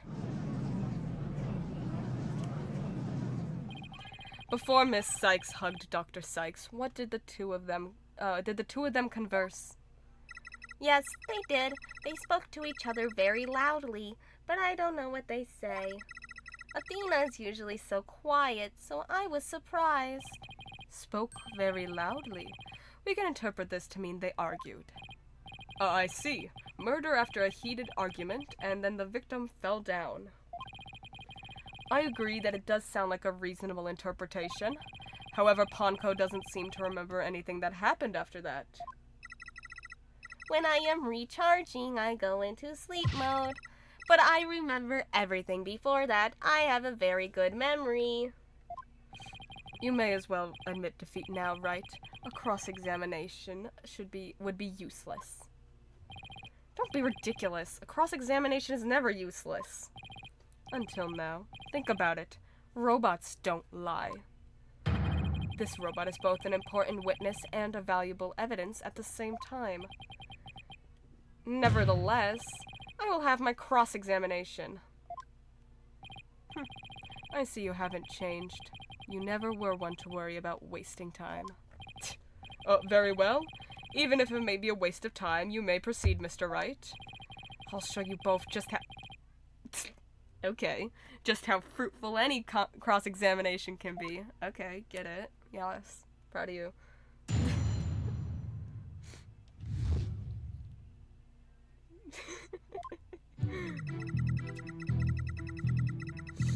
went to the robotics lab about 2 p.m. Just as I was about to charge up, Athena came in and hugged Mommy Metis. And then Mommy Metis fell down. After that, I was recharging, so I don't know anything. Hold it! I don't want to delve too deeply here, but could you tell us how the victim appeared and acted at this moment? Mommy Metis was very surprised when she was hugged. I heard her heart pound. Her heart? Mr. Wright, have you forgotten about this document we found in the robotics lab? These robots have a heartbeat detection system. Now that he mentions it, I do remember reading something like that there. Yeah, they detect the presence of people by the sound of their heartbeats. But wait a minute. That means if Dr. Sykes really did die at this moment... Hanko, how was Dr. Sykes after she fell down? Could you still hear the sound of her heartbeat? Let's see. The moment she fell, her heart was pounding. After that, I don't know. I started recharging just then. Of all the unlucky timing, if you had heard anything after that, it could have possibly proved that the hug wasn't actually the moment of the murder. I'm very sorry. I'm afraid I don't know. I'm very sorry. The robot is designed to go into sleep mode automatically, so it can't be helped. But it does appear to it detected an increased heart rate at the moment of the stabbing. After Mommy Metis's heart started pounding in surprise, she fell by the window. It was the round window on the workbench side of the room. The workbench, huh? Oh, how'd she get on the other side then? Hanko must be talking about that table to the right of where the giant robot is now. Is there something critical in Hanko's statement just now? Yes. She was on the other side of the room. Your Honor, I believe this statement is critical. I'd like it to be added to her testimony. Very well. Hanko, could you please add that statement to your testimony? That's a good little girl. Aw. Mommy Metis fell down near the round window on the workbench side of the room. That doesn't make sense, though. Objection! Hanko, your statement may have just inspired a breakthrough. I was helpful? Hooray! I'm so happy. Just to be sure, let's go over it again, okay? The victim fell near the window on the workbench side of the room. However,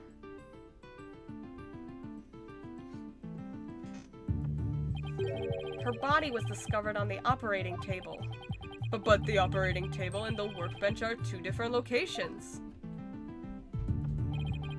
Exactly, Your Honor. We just learned a new, crucial fact. What could explain the 2 very different locations of the body? I'll tell you what. The victim moved. The defendant moved the body. Well, no, that doesn't make sense. That doesn't make sense. That'd just be indicting Athena more. The victim moved because she was alive. She wasn't murdered. An 11-year-old girl couldn't have moved the heavy body of an adult. So the only explanation is that the victim walked to the operating table herself. In other words, what Hanko observed near the workbench couldn't possibly have been the moment of the murder. This robot's a dirty liar, Your Honor. Phew, I'm very relieved to hear that. Glad to know that the murder wasn't committed in front of little Hanko. Oh my god, Judge. We don't care if the murder happened in front of the 11-year-old real girl who may or may not be a robot. Yes, as we just heard in the testimony, Miss Sykes hugged her mother, nothing more. Objection! He's not rizzing her. What is wrong with you? He sees her like a grandchild. Right. It's been 8 years, but you're still just as green as ever. Green? He clearly said he sees her like a grandchild. What? But I can't recall ever seeing Mr. Wright in anything but a blue suit. I'm not gonna. Hey, blue's my favorite color. What can I say? If the defendant couldn't move the body herself, she could have had it move for her, but why?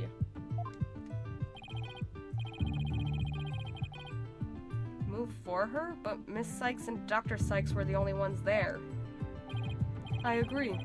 Since this robot is equipped with a heartbeat detection system, it would have been aware of another person's presence if someone else had been there. We can therefore conclude that the defendant and the victim were the only ones present. Then who do you suggest moved the body? Don't you know? It's in the nature of a robot to help people do things. Miss Panko. Miss Panko. Allow me to ask you a question. My name is Ponko. Say it with me. Ponko. I believe you said you were cleaning after Dr. Sykes fell down. Did you happen to move something large onto the operating table?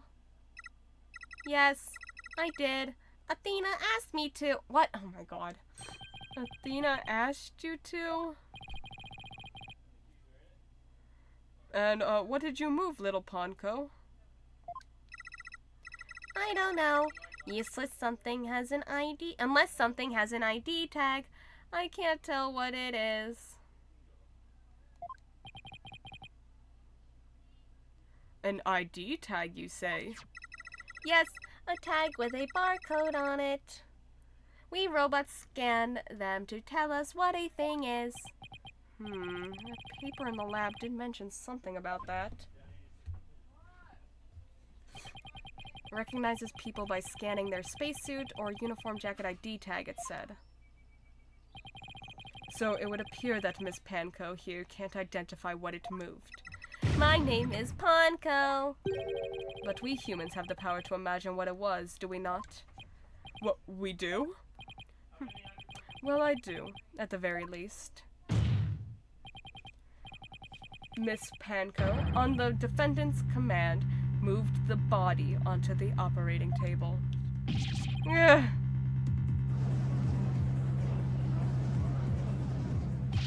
Ponko, did you really move Dr. Sykes' body? This is really important. Isn't there any way you could tell? I don't know. Without an ID tag, I can't tell. Give it up, Wright. If the victim's heart was stopped, the robot's detection system would be useless. Furthermore, Dr. Sykes usually wore her white coat while she was working. She kept the jacket with her ID tag on it, draped over a chair in the robotics lab, and only wore it for special occasions. In other words, the victim wasn't wearing her ID tag at the time. From the robot's point of view, her body was simply just another object. Objection! But Ponko was equipped with a facial recognition system. If she really did move the victim, she would have recognized the body as Dr. Sykes. But she didn't, so that means... Objection!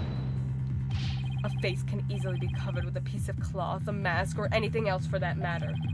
With her facial features hidden, the robot wouldn't be able to tell it was Dr. Sykes. That's right. To summarize, Miss Sykes stabbed her mother near the workbench, then using the robot, she moved the body to the table, where she removed the sword and was stained in blood.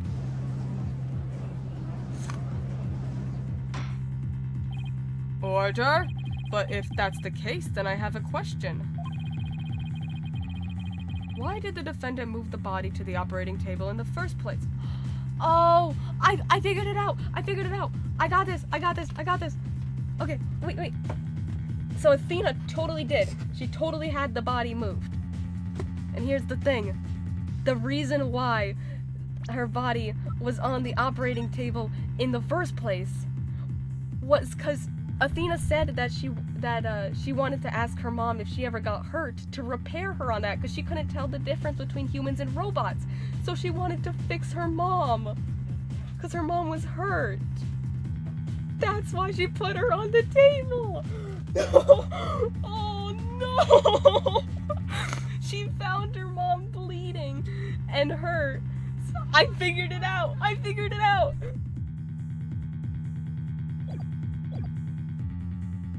Oh. You want a reason? Very well. What? You can't possibly have an explanation. Your emotions blind you to the truth. You can learn a lot from our robot friends. Calm and rational thought will open your eyes to the truth in front of you, Mr. Wright. Now then, do you remember the operating table's one special feature? I believe I read that robots can be assembled and disassembled there. Isn't that right? That's right. And to the defendant, who was just a child at the time, the table was like a magic box that could make robots appear or disappear in seconds. But in the end, my mom just put her on the operating table and fixed her in a flash. I was so impressed by what my mom did. I even asked her if she would put me on the table and fix me if I ever got hurt. Are they really going to convict a murder that occurred when she was like 8? Well, she was 11. And also, do you remember the first game? When they were going to convict Edgeworth for a crime where he accidentally might have killed his dad when he was 9?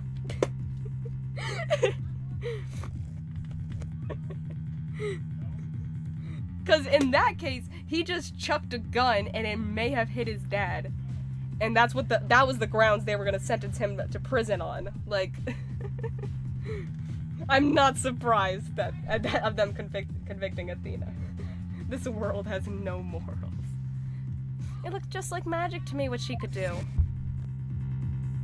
Not even prison, death. You can't possibly be suggesting. This young, sheltered girl had a difficult time distinguishing robots from people. What?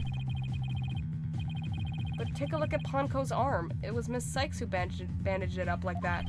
She must have thought that machines heal in the same way that people do. What an adorable, naive mistake. It reminds me of my own grandchild. No way. I refuse to believe it. Miss Sykes made a childish, naive, and cruel mistake. She thought that if a robot could be dismantled and vanish without a trace... Prosecutor Edgeworth, I don't think that's why she did it. I think she put her up there to try to heal her. If you're about to claim what I think you are, I demand that you word it as delicately as you can. With all due respect, Your Honor, all I can do is present the truth as it stands. The reason the defendant moved the victim's body to the operating table... Hold it! No! Don't say another word. Just stop. Was to dismantle the evidence so that she could get away with her crime. That is not it. That can't be true.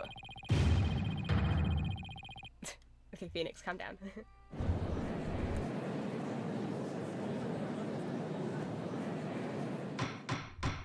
A loud, incorrect buzzer.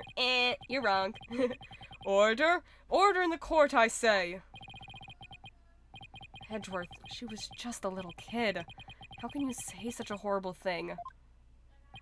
Horrible? Like I said, you're just as green as ever. I came here today as a prosecutor to seek only the truth.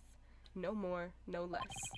My theory is simply the result of a rational consideration of every possibility. Objection! But dismantling isn't the table's only function. It can make repairs as well. It's conceivable that Miss Sykes moved her mother to the table in order to fix her. That's what I'm saying. I suppose that could be another way of interpreting it. But dismantle or repair, it doesn't matter either way. What do you mean? After murdering her mother, Miss Sykes may have come to her senses. Perhaps she did want to make it appear as if it had never happened. And that's why she tried to repair her mother. Yes, that's one possible explanation. But we mustn't forget the facts of this case. I'm guessing that she totally put her up there to fix her, and it was definitely her that asked, because the robot Ponko wouldn't lie about that. And that's how she got covered in blood. I've compiled a list of every case with 5 killers. Oh my god, yes, let's go. I need this list. But we mustn't forget the facts of this case. The victim was observed to fall down after being hugged by the defendant, and the body was moved per the defendant's command. These two facts that indicate the defendant's guilt, remain unchanged. This just can't be true. Mr. Wright, do you have any evidence to refute the prosecution's claim? Evidence? Right, let's see. I can't think of any. I'm afraid I don't have any evidence. Since becoming chief prosecutor, I've learned that the truth isn't always pretty. Now accept the truth, Mr. Wright. Your subordinate murdered her own mother. Your Honor, the prosecution demands a verdict. The hostages have suffered enough. Turnabout Samurai, The Lost Turnabout, Reunion Turnabout, Turnabout Big Top, Farewell My Turnabout, Turnabout Memories, Turnabout Corner. There we go. I agree. Good list. The second Phoenix game was cooking. What a terrible and tragic conclusion. Obviously, two of those I prefer. If the defense has no counter-arguments, I see no need to further prolong this trial. Edgeworth's argument seems solid enough, but there's no way Athena could have ever done anything like that. What do? There has to be something, but I can't think of a single thing. Oh. Oh, whoa. Hey! Prosecutor Blackquill? This is quite the farce you are conducting here. I could die from laughter. Prosecutor Blackquill, what are you talking about? Barked. What I'm talking about is that your argument is based on an entirely false premise. Woof, woof, bark, bark. Go on, we're listening. Could this be the miracle I need? But what is Prosecutor Blackwell trying to pull here? He's gonna say he did it. 7 years. For 7 long years. This case has been on my mind. Not for an instant did I not think of it. Drooling. I'm the one who killed my mentor, and don't think you can alter that fact now. Your baldness, I will take to the stand, and I won't take no for an answer. Of course, Prosecutor Blackwell. Please, go ahead. His little shackles. 7 years ago, I went to the Cosmos Space Center with the intention of killing Dr. Sykes. But when I got to the robotics lab, I found Athena there instead. I would not be swayed from my purpose, so I waited for Dr. Sykes to return.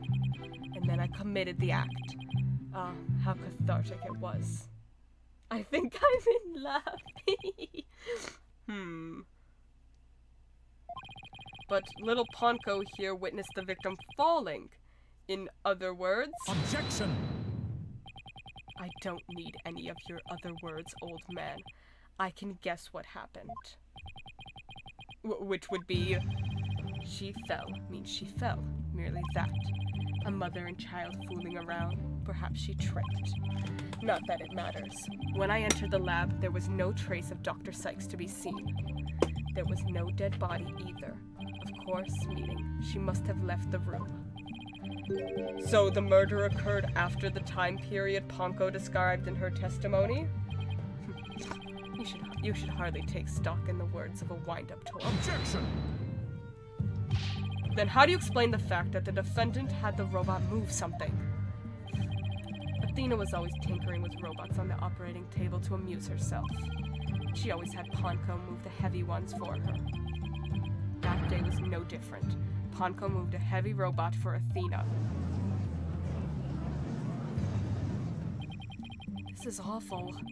What he's saying seems to make sense, and yet... Objection! Prosecutor Blackquill, are you trying even now to turn away from the truth? Don't you realize we could bring the dark age of the law to a close today? Objection! I love making playlists. Making playlists is so fun. You expect too much from me. I'm just a murderer beyond redemption. Why don't you just let me go so I can settle down into hell? Prosecutor Blackwell's execution is tomorrow. If the truth doesn't come out now, it's all over. Are you saying that the little girl and the robot had nothing to do with the murder? That's right. So let's hear your verdict. If we don't hurry, I might miss the ferry across the Styx. Don't you dare, Judge. Don't forget I have hostages over here. And Simon, how long are you going to cover for her? Miss Blackwell? Forgive me, Aura. I never wanted you to do anything like this for me. But you agreed to this trial. If you have a counter-argument, then present your evidence. That's the rule of the courtroom. Isn't that right, Chief Prosecutor? Blackwell, you selfish. Well, to be frank, I don't like this, but it's my duty to make a decision. If no one has a counter-argument, I will announce my verdict. Is this really happening? Is it really going to end just like it did 7 years ago? I wanted to do it so bad. Even now, I want to fly out of here and go save him. No, I can't tell her. But how can I lie to Athena? If I can't prove Prosecutor Blackwell's innocence in this trial, I don't think Athena will ever forgive me. I can't let this happen. I just don't have the evidence to counter Prosecutor Blackwell's testimony.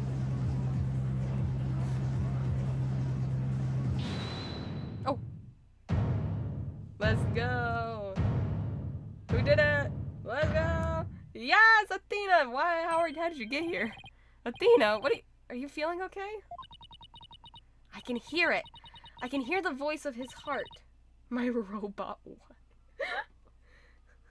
He's hiding something. If he really is, I could sure use Athena's help here. Her power might be just the thing to get us through this. Objection!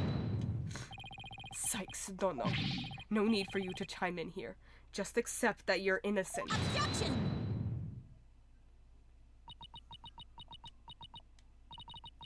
These past 7 years, they've been just as hard on me, you know.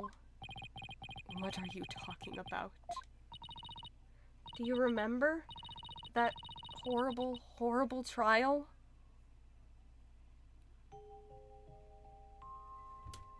Please, you have to listen to me. Oh. He didn't kill her. His heart is screaming that he didn't kill her. Oh. Even now, every time I stand in a courtroom, it comes back to haunt me. Oh yeah, she had like a panic attack. Not being heard, no matter how hard you try. Feeling so helpless. Oh, Athena. Caught in people's stares, so scared that it feels like your chest is in a vice. I'm terrified of courtrooms. I want to run out of that door even now. I'm gonna start sobbing. Oh. And yet, you found a way to keep your fears at bay and become a lawyer. Thanks. That's because one day, I came to realize that I had to fight. I couldn't give up. I exercised hard and studied hard. I wanted to become the strongest lawyer I could be. Oh. I'm not ready for Apollo to come in because he's going to. With the combined forces of Athena's therapy, Phoenix's Magatama, and Apollo's bracelet, we're going to solve this case. This day has finally come, the day I've been looking forward to with all my heart. This is why I became a lawyer. This is why I studied psychology. It was all to save you from this false conviction. But Miss Sykes, do you realize what it would mean? You are the accused, after all. If you prove Prosecutor Blackwell innocent, then... The only thing that matters is the truth. It's my duty to find out what that truth is. Simon, please give me this chance. Athena, Blackwell, and Apollo, they joined forces to create the single most tear-jerking case of all. The chance to shake off this fear that's been with me for 7 years and to face the truth. Athena's being so brave, confronting her past like this. This must really be the last chance to save them both. Prosecutor Blackwell, please testify one more time about the incident 7 years ago. Fine. But your efforts will surely be in vain. For I am not a man who can be cut down easily. Here we go, Simon. Let me hear the voice of your heart. Let's go.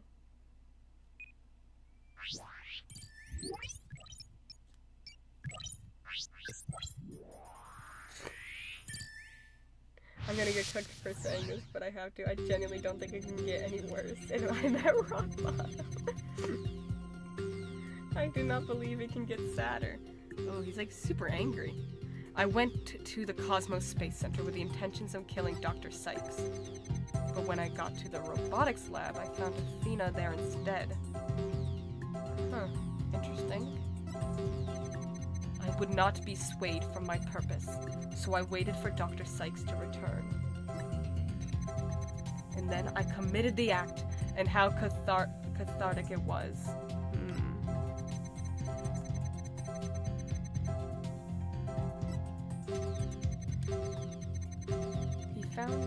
He's like really happy that he found Athena there. This feeling of happiness, even though the person you were looking for wasn't there, you felt happy. Why is that? Simple. When I was looking for Athena and hadn't found her yet, I grew worried. So when I saw her in the robotics lab, I was happily relieved. Merely that. Oh, that dropped his noise a lot. Just now you said you went to the Space Center to kill Dr. Sykes. But the first thing you did was look for her daughter instead? Because that wasn't... I had no intention of harming Athena, so I wanted to confirm that she was safe first. It was just a part of my plan. Nothing contradictory about that. Ugh. The second I find an inconsistency, he cuts it down. Simon knows the principles of analytical psychology. There's less noise now, but I don't see any instabilities we can latch onto. He didn't want to do it. I was afraid of that.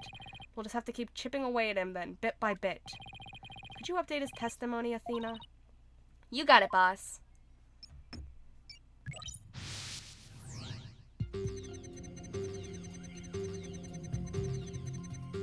I went to the Cosmos Space Center with the intentions of killing Dr. Sykes. Oh, and when I found Athena in the robotics lab, I was relieved. Oh. But I would not be swayed from my purpose, so I waited for Dr. Sykes to return. But when she did, I plunged the katana in. Why are you scared about that now? He's such an older brother. He is. Not even you can falsify your emotions, Prosecutor Blackwell. What? When you said that you killed Dr. Sykes in your testimony, you felt sadness. Why would someone who had lain in wait to kill her be sad at her death? Such an obvious attack. Yes, I felt sadness, but it wasn't for her. I felt sorrow for Athena and her circumstances. He can't be talking about that, can he? I was just a convenient subject for her research. Oh. Dr. Sykes was so intent on her research, she forced her daughter to undergo experiments. My objective was to save Athena from an obsessive scientist who treated her own daughter like a research subject. What? I went to the psychology lab first. That's where I would usually find Athena playing. But that day was different. I heard someone crying in the robotics lab next door. Was Athena being subjected to yet another experiment? I thought as I went to see. Conveniently, Athena had cried herself to sleep, so all I had to do was wait and kill. So that's why he was relieved when he saw Athena. But is this story really true? I'm not sure how much to believe. Because she left the moon. She had some affection at least. Yeah, I have a feeling it's gonna come to light that she really did love Athena. Mr. Wright? How are you doing, Athena? Still hanging in there? I'm a lot stronger than I look, boss. Now take a look at this. The noise level actually increased. Ooh. She like talked to Blackwell loads about Athena or something. I will cry. Interesting. We never seen it go up. It went up? We've never seen it do that before. Prosecutor Blackwell is lying somewhere in his testimony. As a matter of fact, he's piling lie on top of lie in an attempt to make his claims sound more believable. He's trying even harder to suppress his true feelings, and that's what's causing the noise. How in the world should I approach this? An evidence-based approach might work if I can find a contradiction. Otherwise, I should look for an inconsistency in his emotions. There are no flaws in my testimony, and his baldness is prepared to give his verdict. Give up on this lost cause, and let the law free me from these chains already. Objection! I don't think so. Not while I'm around. Now, contradictory testimony or inconsistent emotions. Which should I tackle first? I guess his emotions? Okay, let's look for inconsistent emotions. Got it, boss. But if you want to try looking for a contradictory statement instead, just let me know. I can easily switch over. I heard crying from next door. Of course I was worried. I hurried over and opened the door to the robotics lab. He is mega surprised about that. Oh my god. But before I could lead Athena out of there, curse my luck, Dr. Sykes came in. I refused to hand Athena over, so I had no choice but to kill my mentor. I'm curious. I'll save just in case we're wrong. But he's like mega surprised about walking into this robotics lab. What did he see? Got it! It wasn't just... I get a little surprised seeing Athena crying or whatever. Maybe like, oh no. But like, he is mega surprised. How odd. Why would you register surprise at opening the door to the lab? Alright, fine. I'll explain if I must. What surprised me was... Ponko. That toy figure attacked me. Dr. Sykes knew full well of my plan to rescue Athena, but she couldn't stand guard over her daughter 24 hours a day. Ponko would never. She's an angel. So Dr. Sykes had Ponko do it? That's right. She ordered Ponko to forcibly remove me on sight, so I slashed Ponko up with the katana that was there in the lab. That rickety old puppet wasn't worthy of that fine blade. Mr. Wright, it's happening again. There's even more noise now. He's back to 100. It's at 100% now. What's going on here? Whenever we find an opening, he covers it up with lies. We'll never get rid of the noise at this rate. It's pretty hard to keep telling coherent lies like that.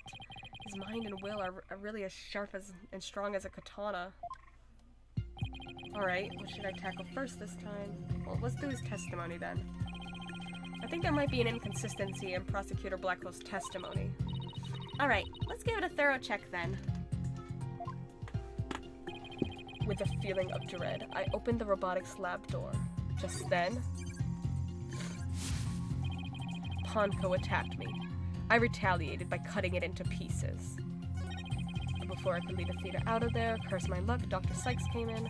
I refused to hand Athena over, so I had no choice but to kill my mentor.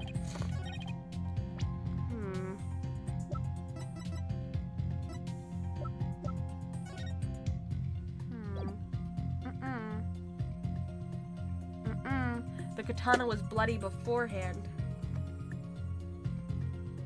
That's why Ponko's arm is covered in blood, because it was bloody beforehand. Objection! Compounding lies with more lies is never the answer, Prosecutor Blackwell. Take a look at this photo. That's the photo of the supposed moment of the murder, isn't it? How many more times must I see that which damned me for my sin? The ironic thing is, I think this picture is actually going to be your savior now. See the blood stain at the end of Ponko's arm where it was severed with the katana? I hope you aren't claiming it's the robot's blood, Mr. Wright. No, most likely the blood was transferred there from the bloody katana. The katana already had blood on it, so then it must have been the victim's blood. That's right, but if that's the case, we've found a glaring inconsistency. You said in your testimony that you cut up Ponko and then you killed Dr. Sykes. Wait, Judge just figured something out by himself. So proud of him. He's growing up. You said in your testimony that you cut up Ponko and then you killed Dr. Sykes. But in spite of that, the victim's blood is already on Ponko's arm in this picture. He's showing off to look good in front of Ponko. What? But that couldn't be. Exactly. In order for the blood to have transferred from the sword to Ponko's arm... Yet again, my Judge secret genius theory is proven true. Then the victim must have been stabbed first before the robot was slashed. In other words... Prosecutor Blackwell, your entire testimony is nothing but one giant ball of lies. Yeah. Tell the court the truth, Prosecutor Blackwell. Now. Oops. I meant to... Whatever. It's fine. It's fine. We can have two. You have no idea what you're doing. His voice. There's so much discord. I'm hearing not just one or two, but a bunch of rampaging emotions here. It's hard to describe. It's like a violent whirlpool or something. Phoenix Wright, you will pay for this. Never have I been forced to reveal so much, but the rest I'll take to my grave. It's been a while. It is good. Prosecutor Blackwell, you are on the witness stand. You're obligated to tell the truth. Isn't that the rule of the courtroom? All these complex emotions, they seem to be flowing from one source. I think whatever he really saw that day is what's causing these feelings. Uh-oh. Oh, he's overflowing with all of them. Following the sound of crying, I opened the lab door, and then... I saw it, that terrible scene. Before I could lead Athena out of there, curse my luck, Dr. Sykes came in. I had no choice but to kill my mentor. I wonder if it's Athena that's causing the strong emotions. Got it! Mental breakdown mode. Yes. When you opened the door and saw Athena, you became overwhelmed by your emotions. Isn't that right, prosecutor? You should know better. And though it's pathetic, I admit I'm terrified to speak of it. Prosecutor Blackwell, Miss Sykes is innocent. I will always believe that with all my heart.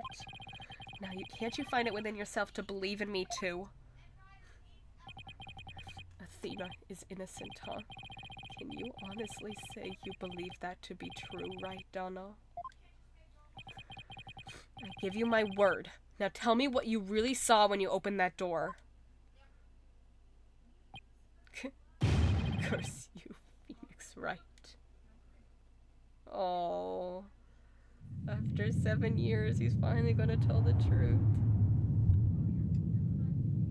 It was a tragedy. One I'll never forget.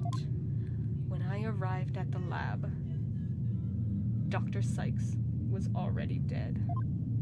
She was lying on the operating table, while the bloody katana lay on the floor. And standing between the two, oh no! Covered in blood, was Athena. No! Oh no, Athena! Oh. She smiled with a far-off look in her eyes as she sweetly said,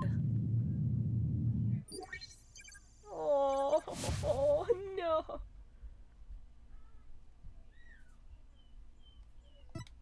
Oh, something's wrong with Mom, so I'm taking her apart to fix her. Oh no!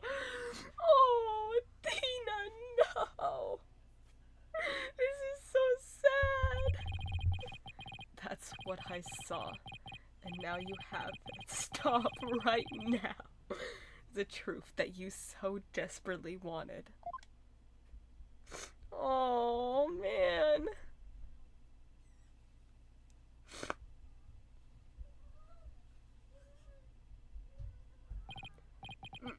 No. Prosecutor Blackwell finally tells the truth, and this is what it is? It's beyond devastating. I can't go on, like, actually.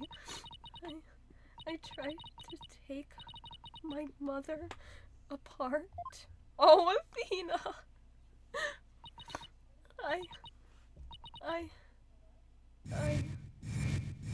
Oh.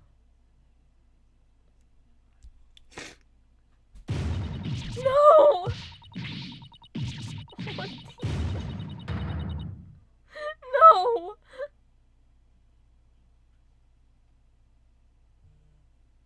Apollo, come save her.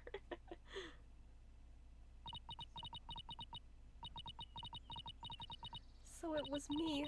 I'm the one who killed my mother. Athena!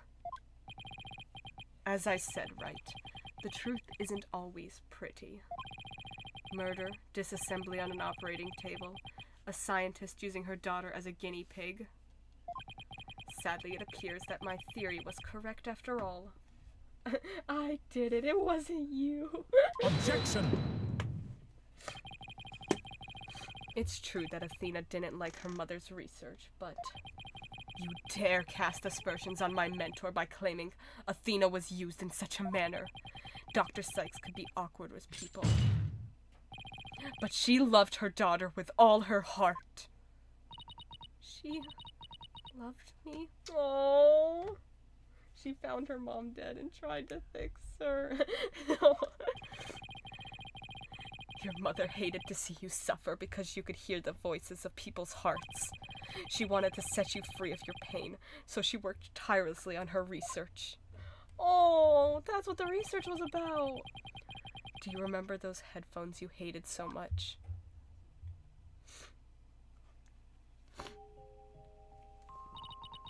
Yes, my head hurt every time I wore them. No, Athena, it's just the opposite. They emitted sound waves to nullify emotional input from the voices of people around you. Okay, y'all, so now I'm depressed. I can't live this same. I'm becoming a shut-in over summer. No! Your power was much stronger than it is now. And those headphones were what enabled you to carry on with everyday life. No, that can't be true. Then why would I have done something like that to somebody who loved me so much? Her love for you was real. That I can guarantee. I'm even more depressed. That's why I knew. That's what happened.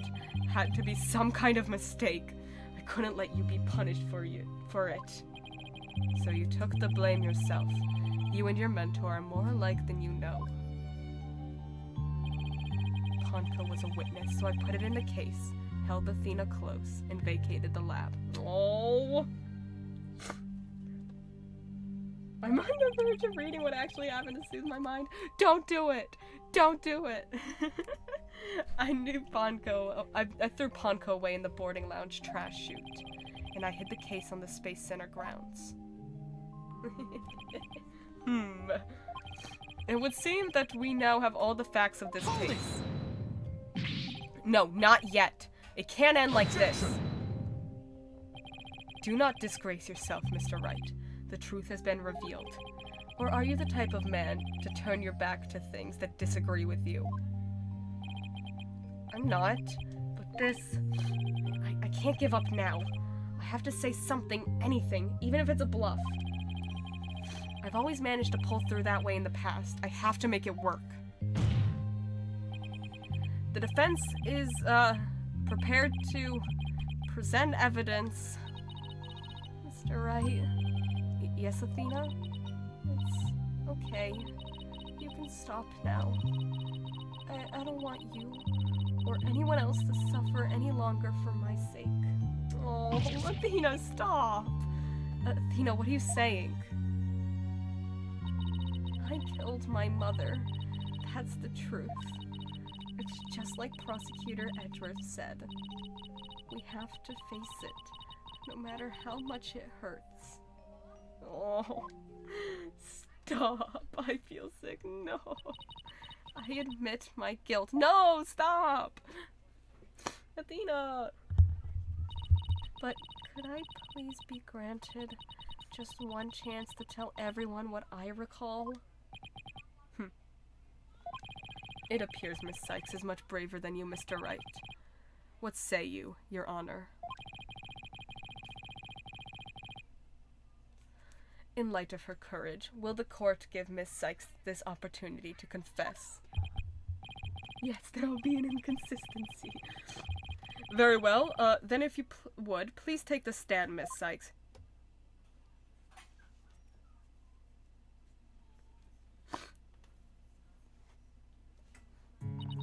Thank you for letting me do this, Prosecutor Edgeworth.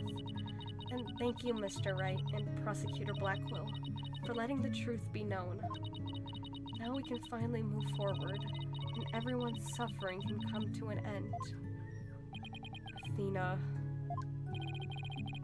Prosecutor Blackwell be cleared, and the dark age of the law can come to an end. Yes, admit your guilt, and bring everything to its conclusion. Do you think the crowd are crying in verse? They 100% are. I killed my mother. My memory's still a little hazy, but there's no question I remember it. I remember the weight of the weapon in my hands, and the feeling of it stabbing in deep. I remembered the warmth of her blood as it flowed down the handle onto my fingers.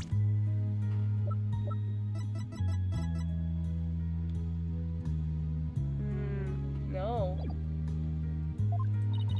Your Honor, please find me guilty. Athena, stop! Inconsistency lies! Yes, I'm jumping. I dare say these are all memories that no one but the murderer would have. I see. Thank you for your confession. I believe this trial has gone on long enough. But before we conclude, does anyone have a counter-argument? Yes, Your Honor. She's a liar. She's a liar. Yes. Objection! Yeah!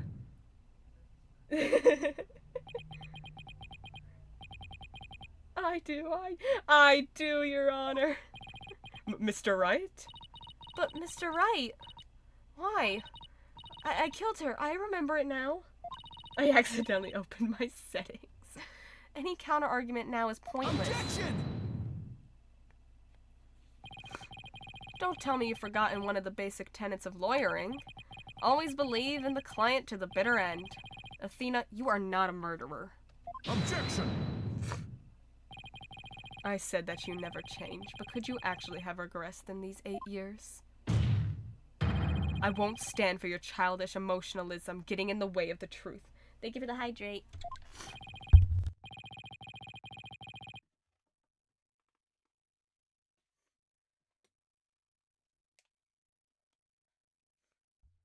Excuse me, what is this line? Emotionalism. Don't lecture me on the matters of the heart, Edgeworth. Because I can see straight into a person's soul. Let's go. Get him, Phoenix. Yes! Let's break her psyche. Let's break those locks. I did a little research. I looked into those special psyche locks you mentioned, Mr. Nick. Athena isn't trying to keep anything from you on purpose. The locks. I'm giddy. For some reason, part of her heart and her memories are sealed off, even from herself. Pearl, I forgive you. There's still a chance. Somewhere deep in Athena's heart, there might still be a memory that not even she knows about yet. It might be like looking for a grain of sand somewhere in the cosmos, but still, the memory might contain a new fact that could prove her innocence. My guess is she witnessed the murder. And that would be scarring enough for her to try to block it off in her mind, like her memory to actually seal it. I'm guessing she was a witness. Which is heartbreaking, but I know. She went full of Maury. I hope for everyone's sake that you're not just bluffing, Mr. Wright. Now then, is there or is there not a problem with Miss Sykes' confession? My memory is still a little hazy, but there's no question I remember it. I remember the weight of the weapon in my hands, and the feeling of it stabbing in deep. And I remember the warmth of her blood as it flowed down the handle onto my finger. There's definitely something wrong with the memory of the event. I can just tell. Do you think she has a headspace? Yeah, 100%. If there's a problem with her confession, please prove it to this court now. The katana. There's no blood on the handle. Take that! Isn't that the katana the defendant used to kill the victim, Mr. Wright? I respectfully and vehemently disagree, Your Honor. But I remember it! I remember holding the weapon and getting blood on my fingers. That's exactly my point. If blood really did get on your fingers while you were holding it, there should be blood on the handle. But please focus on the handle of this sword. There's not a trace of blood on it. I love the music in this game so much. It's so good. And therefore, this is clearly a contradiction of the facts. You're right. Oh my! Objection! The defendant must have simply confused a portion of her memories. She mentioned it was hazy to begin with, and we can't mull over every minor detail. It might be magnified by the fantasy of my joy, though. But she also said there's no question I remember it, a fact we can't ignore. In that case, why don't you explain what this contradiction with her memories mean? Gladly. Just give me a sec to think of something. I want to say that Athena didn't stab anyone, but she said it herself that she remembers the feeling of committing the act. Think, Phoenix, think. Oh, shit. What could the contradiction with Athena's memories mean? The blood was wiped off the weapon, the defendant used a different weapon.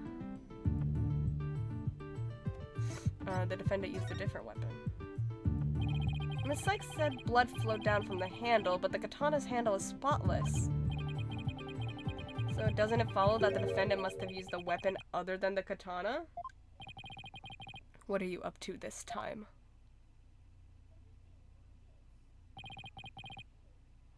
This is it. This time I found just the thing to end Athena's nightmare for good.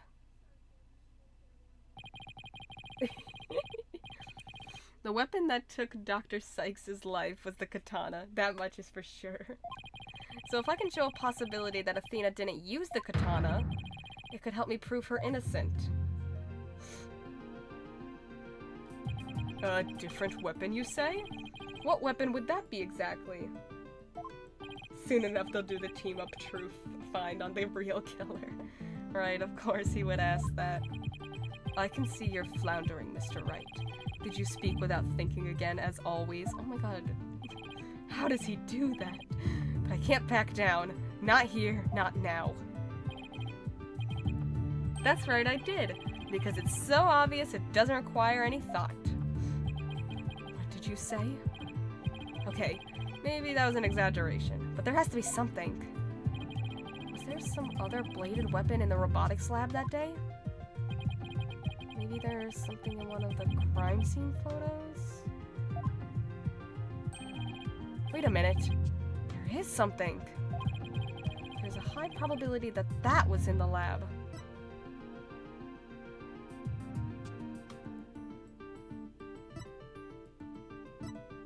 Wait, is it Clay? Because there's no witness to call in. If there was, it'd be done based on past cases, and it was not Aura.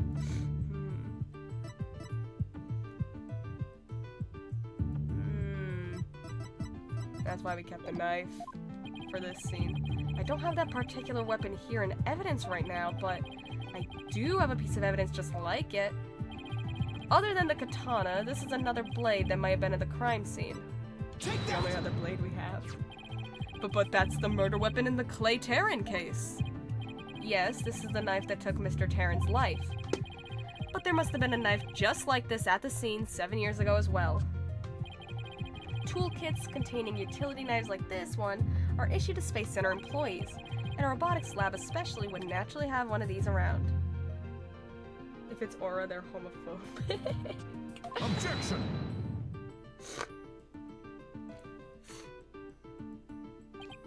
But, besides the katana, no other bladed weapon was found at the site.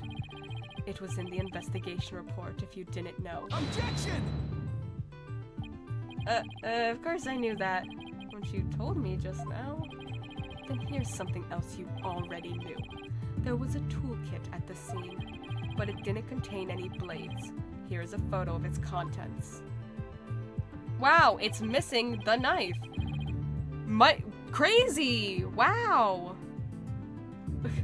Oh, you're right, I don't see any kind of bladed tool. Wow, it's missing the knife. Fine. But isn't there something odd about the designs of these handles? They're in the wrong order, probably. The blade is gone from use? Can't be that then. No way someone would dispose of the murder weapon. Therefore, there was no other bladed weapon in the room. I disagree. This toolkit contained a knife. What proof do you have of that? Don't tell me your eye for art is failing you too, Mr. Edgeworth. You are the last person in the world who should be criticizing my aesthetic sense. Now, he is simply watching out for your ocular health. Please proceed, Mr. Wright. Notice that the handles of each of these tools have a sort of design on them. Ah, I see that they do, but what significance does that have? I love this judge. It's clear that one of the tools is missing from this kit. Of course it couldn't. It doesn't make sense. A blade going missing and then a murder happening? It's too coincidental. Objection. Phoenix wasn't around to take this case, therefore the killer had brain function and would have appropriately disposed of the weapon. It's clear that from one of the tools is missing from the kit. Yeah, and they're in the wrong order. Yeah, obviously one of them's missing. If we rearrange the tools into a specific pattern, we might be able to tell which part of the overall design is missing. Is that the theory your pitiful sense of aesthetics helped you come up with? Edgeworth, just let it go, man. Show the court then, if you would. What pattern or design will we see if we were to rearrange the tools? Take that!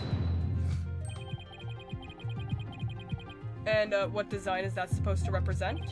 The Gaiaxa logo, Your Honor. It's on all the Space Center's documents and pamphlets. As you're aware, Gaiaxa is the program that operates the Cosmos Space Center. I headcanon that he actually geniuses solved the case, but then he lets the lawyers look good, so he acts dumb. And that he goes for drinks with them after the loser pays for the first round because I'm not a loser. Look at how brightly the Gaiaxa logo shines in the sunlight above the entranceway. I really dig the stars and rocket motive it's got going. Gaiaxa, huh? Isn't that the new name of the Federal Space R&D program? I think I see it now, but... yeah, it was just the tool shown in this photo. The red A part of the logo is missing, and that's what's on the utility knife. Yeah. And this is where the murder weapon from the Terran case comes into play. If we're to place the utility knife in the open slot...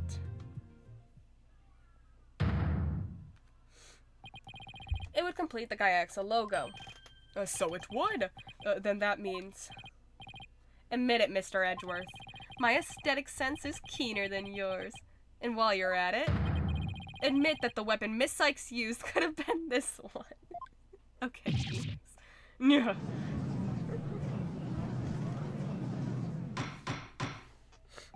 Order! Order in the court! Miss Sykes confessed to having a memory of stabbing the victim. One of those is much more important than the other. It's the aesthetic one, the aesthetic line. Admittedly, Miss Sykes most likely did stab someone using the utility knife. Oh! I wonder if she stabbed the real killer. However, the weapon used to kill Dr. Sykes was the katana. Therefore, the act of stabbing that Miss Sykes remembers couldn't be that of Dr. Sykes.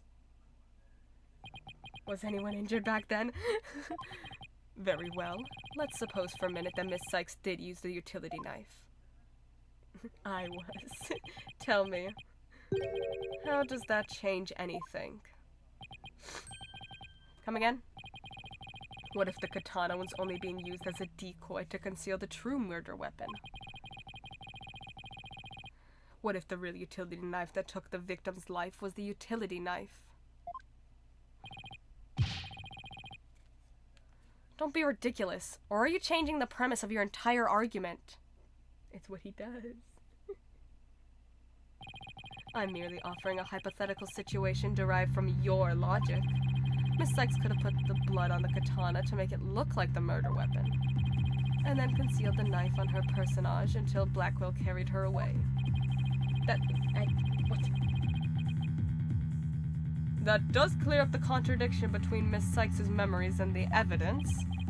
If, in fact, the murder weapon is a utility knife, then fate has dealt you a cruel hand, for you have just proven the knife's existence to the rest of us with your own logic. Objection! The prosecution is attempting to lead the court. Objection! You're the one attempting to lead the court, Mr. Wright, by forcing us to forget the facts of this case. Need I remind you that there were only 2 people in the lab at the time of the murder? And that the defendant herself recalls stabbing someone with her own hands? No. It matters not whether the murder weapon was a katana or a utility knife, as long as we know that the victim and the defendant were the only ones there. You cannot escape the fact that it was Athena Sykes who killed her own mother. I don't believe it. Why does this keep happening? Every time I find a contradiction, it vanishes and the suspicion keeps coming back. It's almost as if... Now you're finally starting to get it. Your contradictions keep vanishing because the charge is true. I know what happened. Go ahead, Matt. And the suspicion keeps coming back to the defendant because that's where it belongs. Edgeworth threw the gun and hit Athena's mom on the head, killing her. Oh my gosh. Edgeworth, how could you? It was during an earthquake. Phoenix Wright, when will you open your eyes and accept the truth? Yeah. DL6 all over. Incident all over again. It's DL7. Edgeworth, no. I don't want to believe it. It can't be true. Phoenix is going crazy. He did it. This is his breakdown. But what if... Mr. Wright, you fought a good fight. I think you've done all you can do.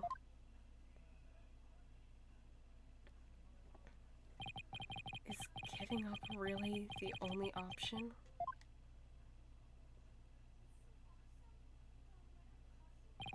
No. Snap out of it, Phoenix.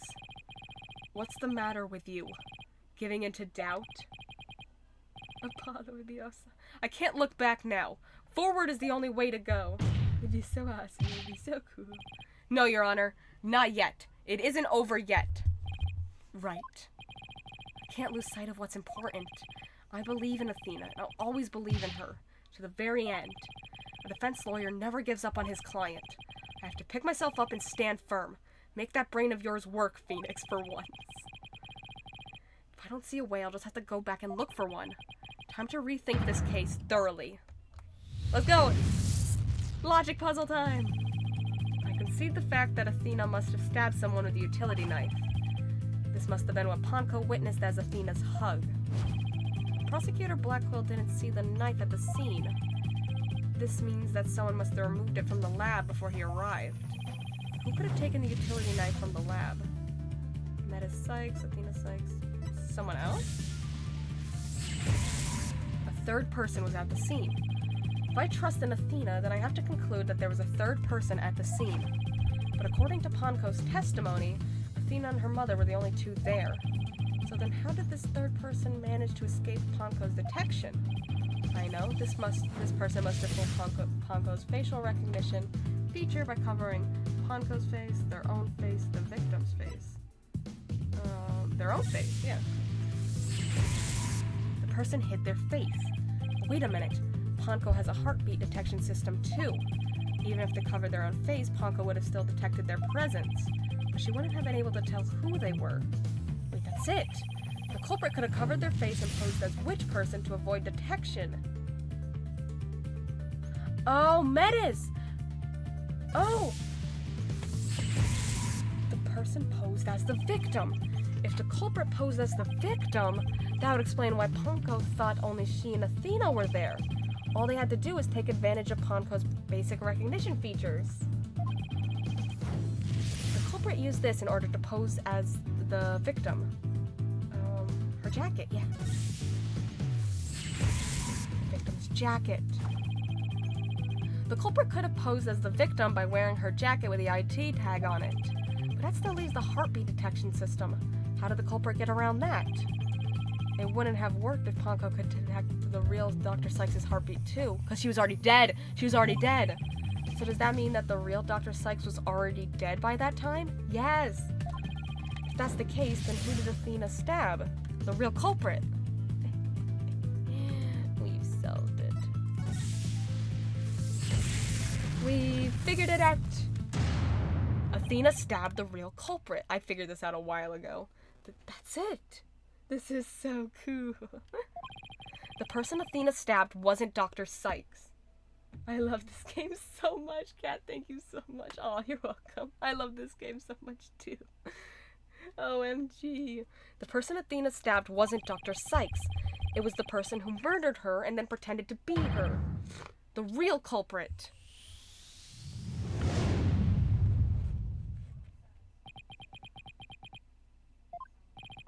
Now that Mr. Wright has finally finished thinking, let us bring this to a swift end. Please give us your verdict, Your Honor, so that we can move on to hostage negotiations. You are absolutely right, Prosecutor Edgeworth. I hereby... Objection! Didn't Clay have some sort of bandages? Did he? Only on his nose. Yeah, you want to look at him? There he is. Just the one on the nose. I need to have a proper look at it again. You just want to look at how cute he is again. I didn't say I was finished. I was only pausing for a second. Because I realized something so shocking, I had to take a break to digest it. No, you're so cute. But now, I know for a fact that Miss Sykes is innocent. But Ponko saw me. She witnessed the moment of the crime. Yes, Ponko did witness something. She saw the hug. In other words, the moment you used the utility knife. Imagine it wasn't him. But the person you stabbed wasn't your mother. What are you saying, Mr. Wright?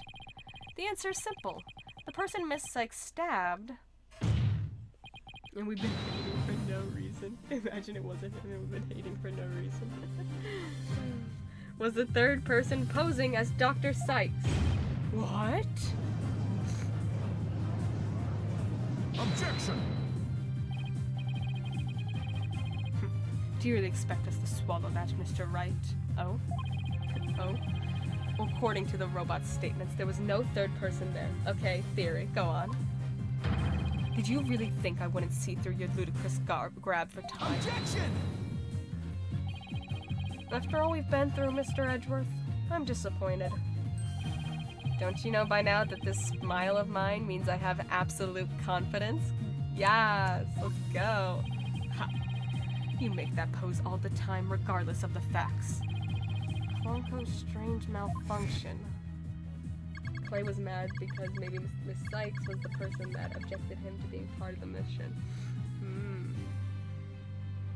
Because he wasn't allowed on it properly, but was allowed to help, yeah? Yeah.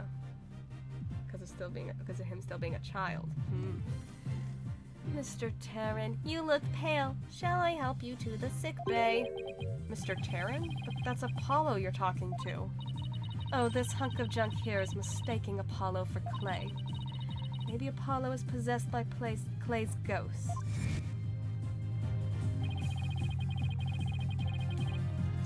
That was another case of mistaken identity caused by a jacket ID tag.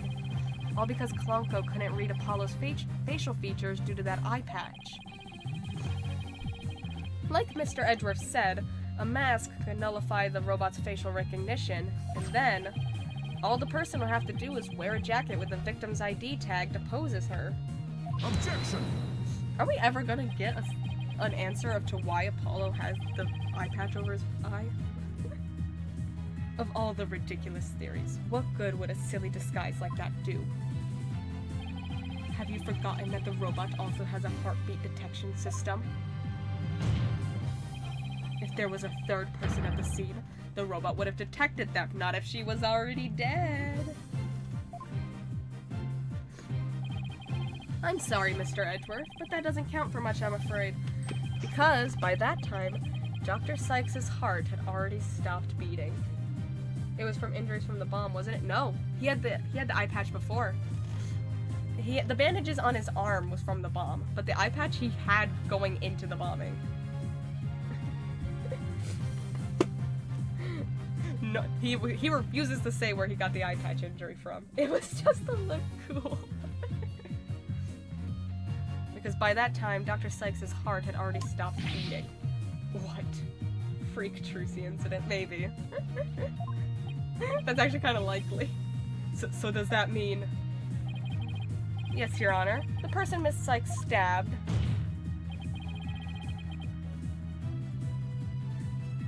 This third person who was posing as Dr. Sykes is her mother's real killer.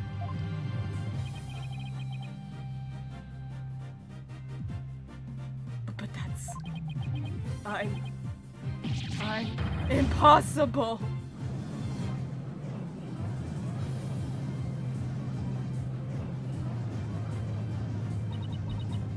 A mask? The person I stabbed was wearing a mask? Order! Order in the court! Miss Sykes, did you say something? Mask. Yes, I remember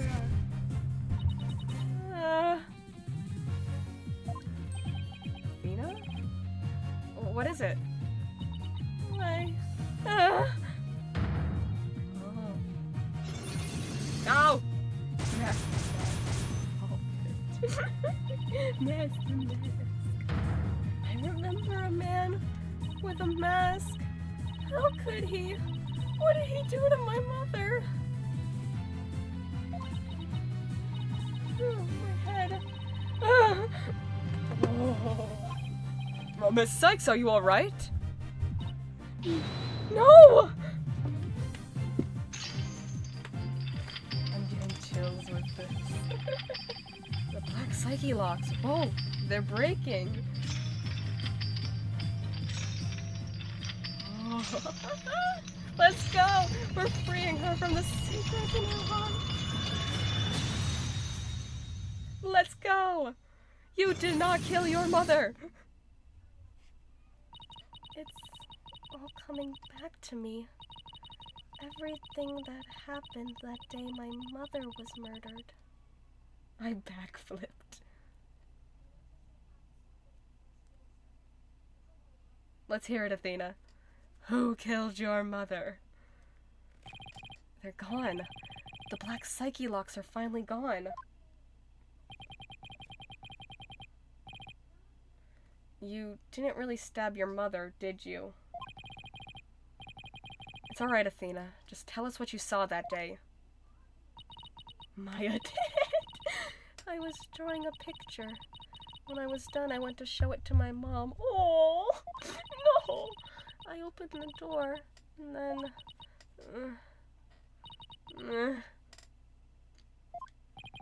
It's all right. I'm right here. You're safe, Athena. She was on the floor by the workbench with a katana sticking out of her. There was a handkerchief over her face, but I knew it was her by her clothes. There was a man there. A man? Hold it! Quiet, Your Honor. Go on, Athena. Don't interrupt her again. He tried to attack me. In a panic, I grabbed the knife that was there, and... he dodged at first, so I only got his clothes. But I tried again. Oh. And this time you got him, didn't you? So he was definitely wearing Metis's jacket, because Metis's jacket has the tear in it. And this time you got him, didn't you? I did. I remember it clearly now. The knife went into the back of his hand. Oh, ew! Then he kicked me and I passed out. Utility knife updated in the court record. Okay, let's look for everyone with injured hands. When I came to, my mom wasn't moving. It was Apollo. I had to do something. I had to fix her, I thought. So I asked Ponko to move her to the operating table. Something's wrong with Mom, so I'm taking her apart to fix her. Oh. Apollo. So that's why she said that. Your Honor, as you can see, the defendant has just given us critical new testimony. I'm for real shaking in, like, illness. I'm not well. No! A man was there before Miss Sykes arrived. A man who covered the victim's face and put on the victim's jacket. This man is the real culprit. I'm crying right now. No. Miss Sykes, do you have any idea who this man was? Wasn't gonna drink tonight, but now I gotta bust out the vodka for Athena. No, I'm afraid I don't. A few moments ago, Miss Sykes mentioned a mask. Athena, can you tell us anything else about that? Yes, the mask. It was my mom's Japanese theater mask. I think it was the one hanging on the wall of the lab. Oh, this mask hanging here on the wall? It was kind of spooky, that mask. My mom used to tell me that a no mask even has the power to turn an ordinary human being into a phantom. There's the phantom again. A phantom? It would seem that a new suspect has emerged. Everyone, let's remember everyone who had a hand injury 7 years ago and bring them in. And that means that all suspicion against Miss Sykes has... Oh, come on. You see, this is precisely why I can't trust the court system. Athena Sykes is the murderer. I won't accept any other verdict. Miss Blackwell, this is not good. A new suspect. Where's the proof this person ever existed? Who says it wasn't all just a dream in the little princess's groggy little head? She's right. We don't have any hard evidence of the masked man's existence. You're going into the on guard cage when you go to hell. Objection! Thank you, Mr. Wright. I'll never be able to repay you for all you've done. But I'm fine now, because I can say with certainty that I didn't kill my mother. Athena, I'm so glad for you. More and more memories are coming back now. So I'd like to say one thing, if I could. Ponko came to the robotics lab at about 2 p.m. to recharge. I went to the robotics lab at about 2 p.m. for my regular recharge. Just as I was about to charge up, Athena came in and hugged Mommy Metis. And then Mommy Metis fell down. After that, I was recharging, so I don't know anything. see where you're going with this. If Mommy Meadows was really the killer in disguise... Right. Then he must have come to the robotics lab before 2 p.m.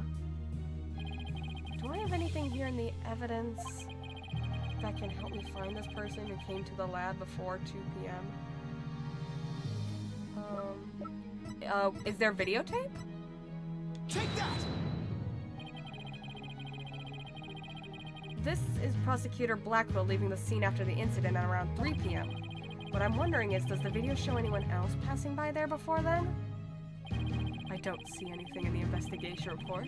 Looks like they didn't check. They didn't check the rest of the footage. They never rewinded the footage when a murder? You'd think they would have combed the whole thing when if a murder happened, but they just saw Blackwell. They're like, yeah, all right, there we go. He confessed too. It's him. Just as I thought. So if we rewind the footage and go back to around 2 p.m., we should be able to see the true culprit leaving the scene. Very well then. Let's take a look. It's just Blackwell again. There. Please stop it right there. There it is. Yeah. It's just like you said. There's a man leaving the scene of the crime. Wait, sorry. Was Gumshoe in charge of this investigation? Wait, Fulbright didn't do it on Pulver's. That was... Oh. Miss Sykes, do you remember this person? That's him, I'm sure of it. He's wearing my mother's jacket. I did. What I really wanted to see was her jacket. That jacket on display? That was Dr. Sykes's. It's clay we've crafted. Can you see it? There's the slash I made with the utility knife that day. Where is this? I'm sure that knife is under that jacket somewhere. So then... everything Miss Sykes said. Exactly. It proves that Miss Sykes' memory was correct. Dr. Sykes' killer arrived at the robotics lab before 2 p.m. Yeah, there's a mysterious guy with a bleeding hand, and nobody checked the footage or thought him suspicious? Okay. He killed her and hit her face with a handkerchief.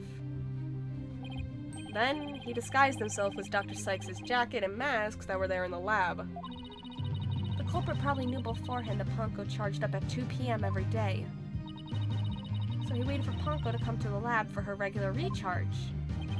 By leaving Dr. Sykes' jacket on, the culprit tricked Ponko into thinking he was Dr. Sykes, thereby making it look like she was alive up until that point in time. All to disguise the real time of death. Objection!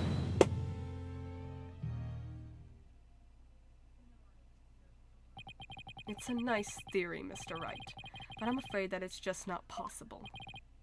What? Why not? The victim's jacket is clearly visible right there in the video. And that right there is precisely the problem. The ID tag on the jacket at the scene confirms beyond a doubt that it belonged to the victim.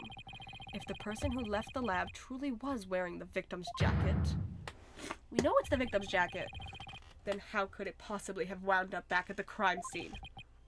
What's going on? That doesn't make sense. Edward's right. If the culprit was wearing the jacket, how did it get back to the lab? The killer brought it back, the victim brought it back, the defendant brought it back. I guess the killer had to have brought it back.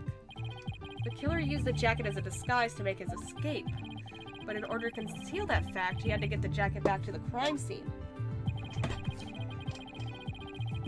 So the culprit simply returned to the robotics lab later and planted it there. Contradiction resolved. Objection! Okay. Except that it would have been impossible. The only person who came to the robotics lab after the killer were Prosecutor Blackwell and the people who reported the body. Okay, who were the people that reported the body? I want to know who reported the body. And they claimed that the jacket was there when they arrived. I want to know who reported the body. I want to know who reported the body, Mr. Edgeworth. So, when you propose this mysterious man of yours had the chance to return the jacket? A puzzling question indeed. When did the culprit have the chance to bring the jacket back? when the body was found at the time of the murder. When the body was found. The only time the culprit could have returned the jacket was when the body was found. Mr. Wright, do you realize the implication of that argument? I do. Most people, when they come across a murder, focus their attention on the body. The culprit could have taken advantage of that split second to plant the jacket. In other words, the true culprit of this case, the man known as the Phantom, was one of the first people to discover the body. I would never have thought of that. Please tell me who reported. There's been no names. Who reported the body? Because that's 100% whoever reported the body is the killer. Order? Order in the court. What is the meaning of this, Prosecutor Edgeworth? The body was discovered and reported by a group of 3 people. Go ahead, name them. Name them. They were there to collect the space probe's capsule in preparation for the Hat 1 launch. No names. No names. It was you, Mr. No Name. No. One of the people who had a special bag to transport the capsule in. Got a blast. Oh, you mean the shock-resistant bag? Correct. I suppose that if the jacket was in that bag, it could have been returned to the scene of the crime without anyone noticing. I'll see to it that you get the reports on those 3 people. You will? We should also check the facial recognition database for that robot. If this person felt the need to hide his face was the theater mask, it might mean that his facial data was once registered. Oh, thank you for the posture check. Somebody that had facial data registered. Interesting. But Prosecutor Edgeworth, does this mean? I have to admit, I believe Miss Sykes' memories to be credible. You win, Wright. Not that this was ever an official trial anyway. Do my ears deceive me? Prosecutor Edgeworth, are you actually conceding? Is it true, boss? Does this mean I can't believe it. It's over. I won. I proved that both Athena and Prosecutor Blackwell are innocent. Oh my god, this trial might finish in no time for a reasonable amount of sleep. Your Honor, I see no need to further prolong this trial. Objection! Hold on, Mr. Wright. Have you forgotten who's in charge of this trial? That's right. I'm the one who's supposed to say, I see no need to further prolong. It's Aura. It's Aura. Not you either, Your Honor. Now silence. She has to be satisfied for it to end. She wants to know who... She's not gonna be satisfied. She wants to know who the killer was. the little princess who was truly beloved by Metis and who repaid that love with death? All these years, hating Athena was the only thing that's kept me going. But what do I do now? Can anybody tell me? How am I supposed to go on? Miss Blackwell. How unlike you, Aura. Metis was deeply passionate about her work, and she chose you as her partner. Isn't that? Shut up, Simon! You know exactly how I felt about her. I'm gonna cry. I'm gonna cry. You know exactly how I felt about her. She loved her so much. Her respect as a oh my god. Her respect as a co-worker wasn't all that I wanted. This is the most blatant they've been. Oh. This is like the most blatant they've been with gay characters. That's crazy. They didn't fumble the LGBT. Then what did you want from her? Did you really just go there, Your Honor? He's like, even I can sense what she means. They've recovered from Rob. Aura, there is something I've wanted to say, if you will lend me an ear. I have in my possession a lead on who Metis' murderer is. You do? Right, Dono. You asked me about the identity of the Phantom of 7 years past. That's right. The Phantom. The person Blackwell's been looking for, even from behind bars. 7 years ago, somebody hatched a plan to sabotage the Hat 1 rocket.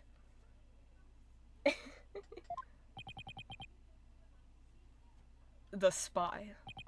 But he was no ordinary spy. We knew naught about him, his background, appearance.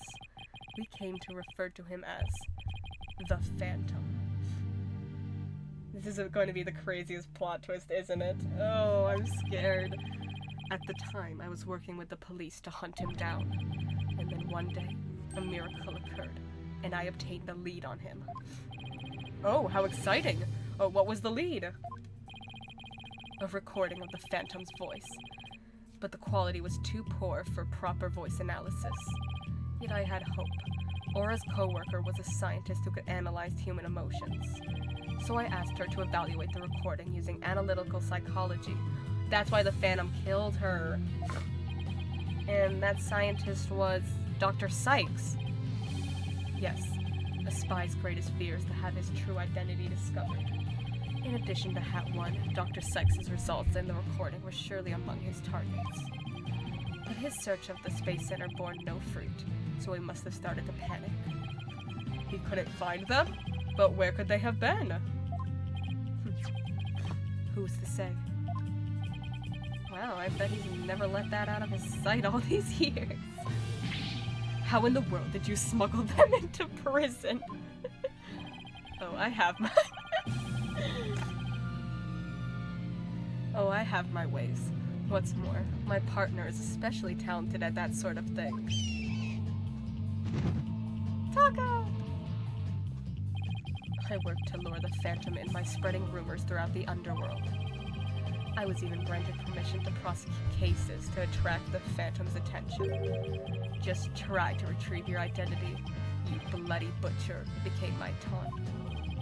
And what about the results Dr. Sykes drew up for you? Was there any useful information? Here, you can see for yourself, but take good care of it. It's all I have left of my mentor. I will. Gotta hold on to this real tight. Phantom psych profile added to the court record. The subject's emotions rarely fluctuate and he doesn't experience feelings like normal people do. Okay. Psychological profile classified. Emotional output of this voice extremely weak compared to typical voices. Subject deemed to have unique psychological makeup with almost no emotional fluctuation. No emotional fluctuation? Huh? A spy who experiences no emotions, not sadness, nor anger, and naturally, no fear. He's the very definition of a phantom, a monster with no heart, don't you see? This creature is the rot that destroyed our lives and set what ails us all into motion. The Phantom, indeed. A fitting name for one who has brought darkness to our world. Well then, it seems a faint image of this man has started to take shape. Based on what we have learned, I'd like for you to conduct further investigation. This is not a formal trial, but I do want to follow protocol. If I may, I'd like to hand down my verdicts and bring these proceedings to an end. Whatever. Do what you want. You'll hear no objections from me. Yes, please, Your Honor. It's over. It's finally over. Very well. In that case, Prosecutor Blackwell, could you please take the stand?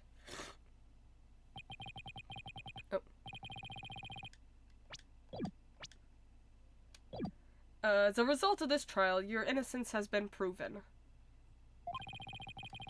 The verdict handed down 7 years ago is hereby overturned.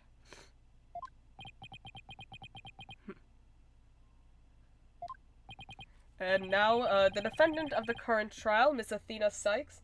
Objection! Objection, Your Honor. I have stats and mechanics tomorrow. Yes, Your Honor?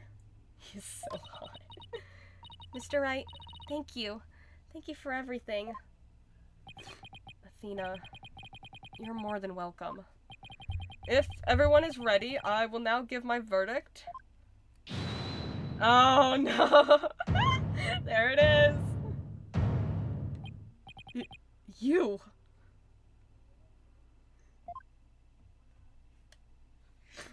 Oh, he's here! Oh no!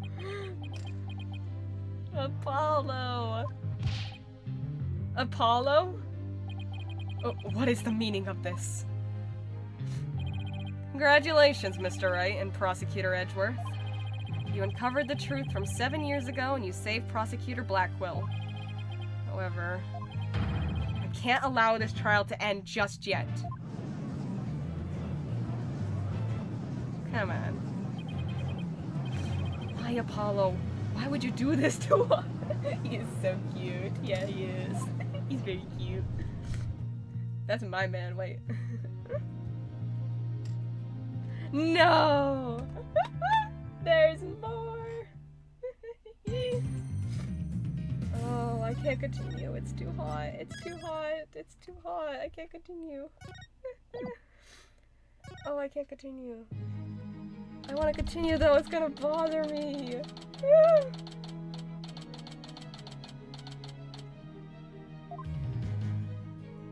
I gotta end. I gotta end. I gotta end. Oh. It was set in December. Channel the wind. Okay, let's go a little bit longer. A little bit longer. Mr. Justice, please explain yourself. It's very simple. There isn't much to explain. The defendant, Miss Athena Sykes, might not be innocent. Well, oh my god, really?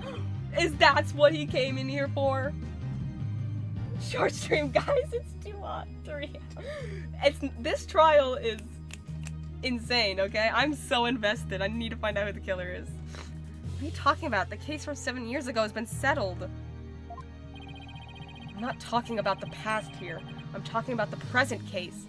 Clay's death.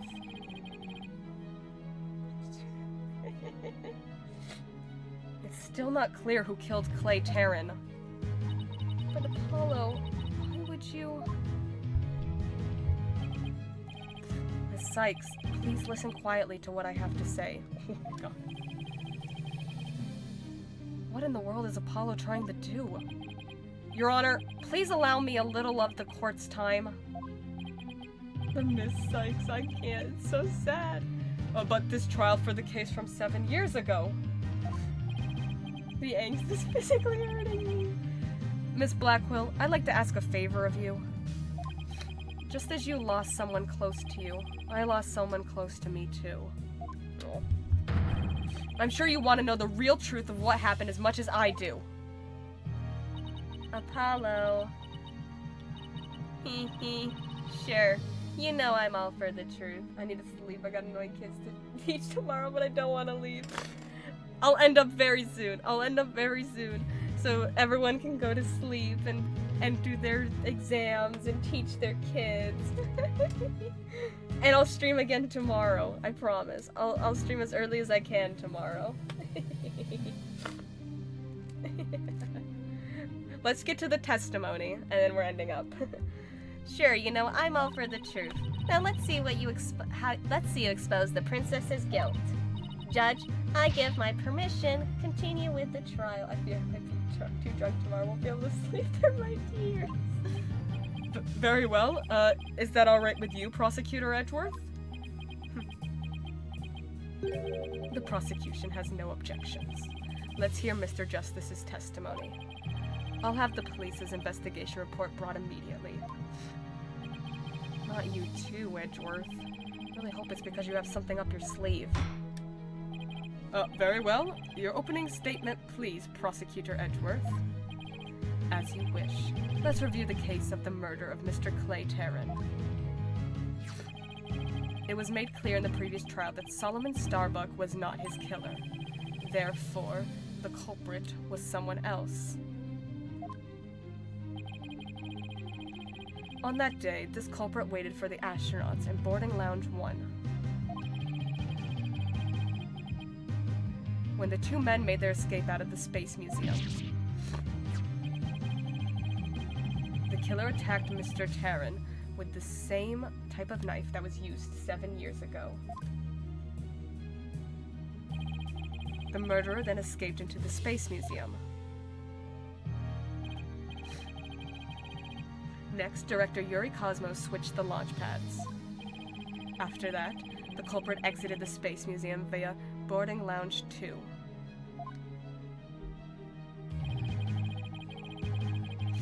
Therefore, this trial must make clear who Mr. Tarrant's true killer was. In other words, we must discover who it was that escaped the Space Museum that day. Thank you, Prosecutor Edgeworth. Mr. Wright, is your defense ready? Yes, Your Honor. My friends are telling me to go to sleep. We're almost there. I better rearrange my evidence. But not until you... Relevant evidence swapped to the court record. Now then, Mr. Justice. Your testimony, if you please. Alright. Alright. Alright, we're here. We can end up. Apollo Justice's accusation. There we go. There we go. There we go. Oh my goodness. Oh my goodness. Well.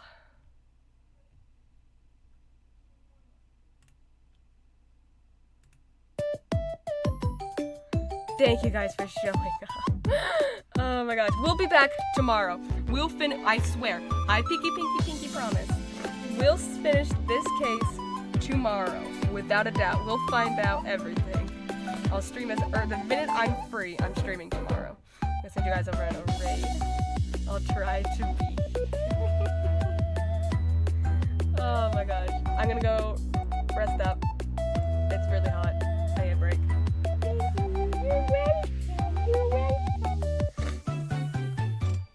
You're amazing. I love you too, Nene. Hearts. I'm gonna push the AA agenda so much tomorrow. We'll be back for sure. And we'll solve this. You're the best. You're the best. Thank you for introducing me to it. You're so welcome. I'm so glad that I got people to like these games because I love these games so much. Oh my god. These games were my childhood when I was little.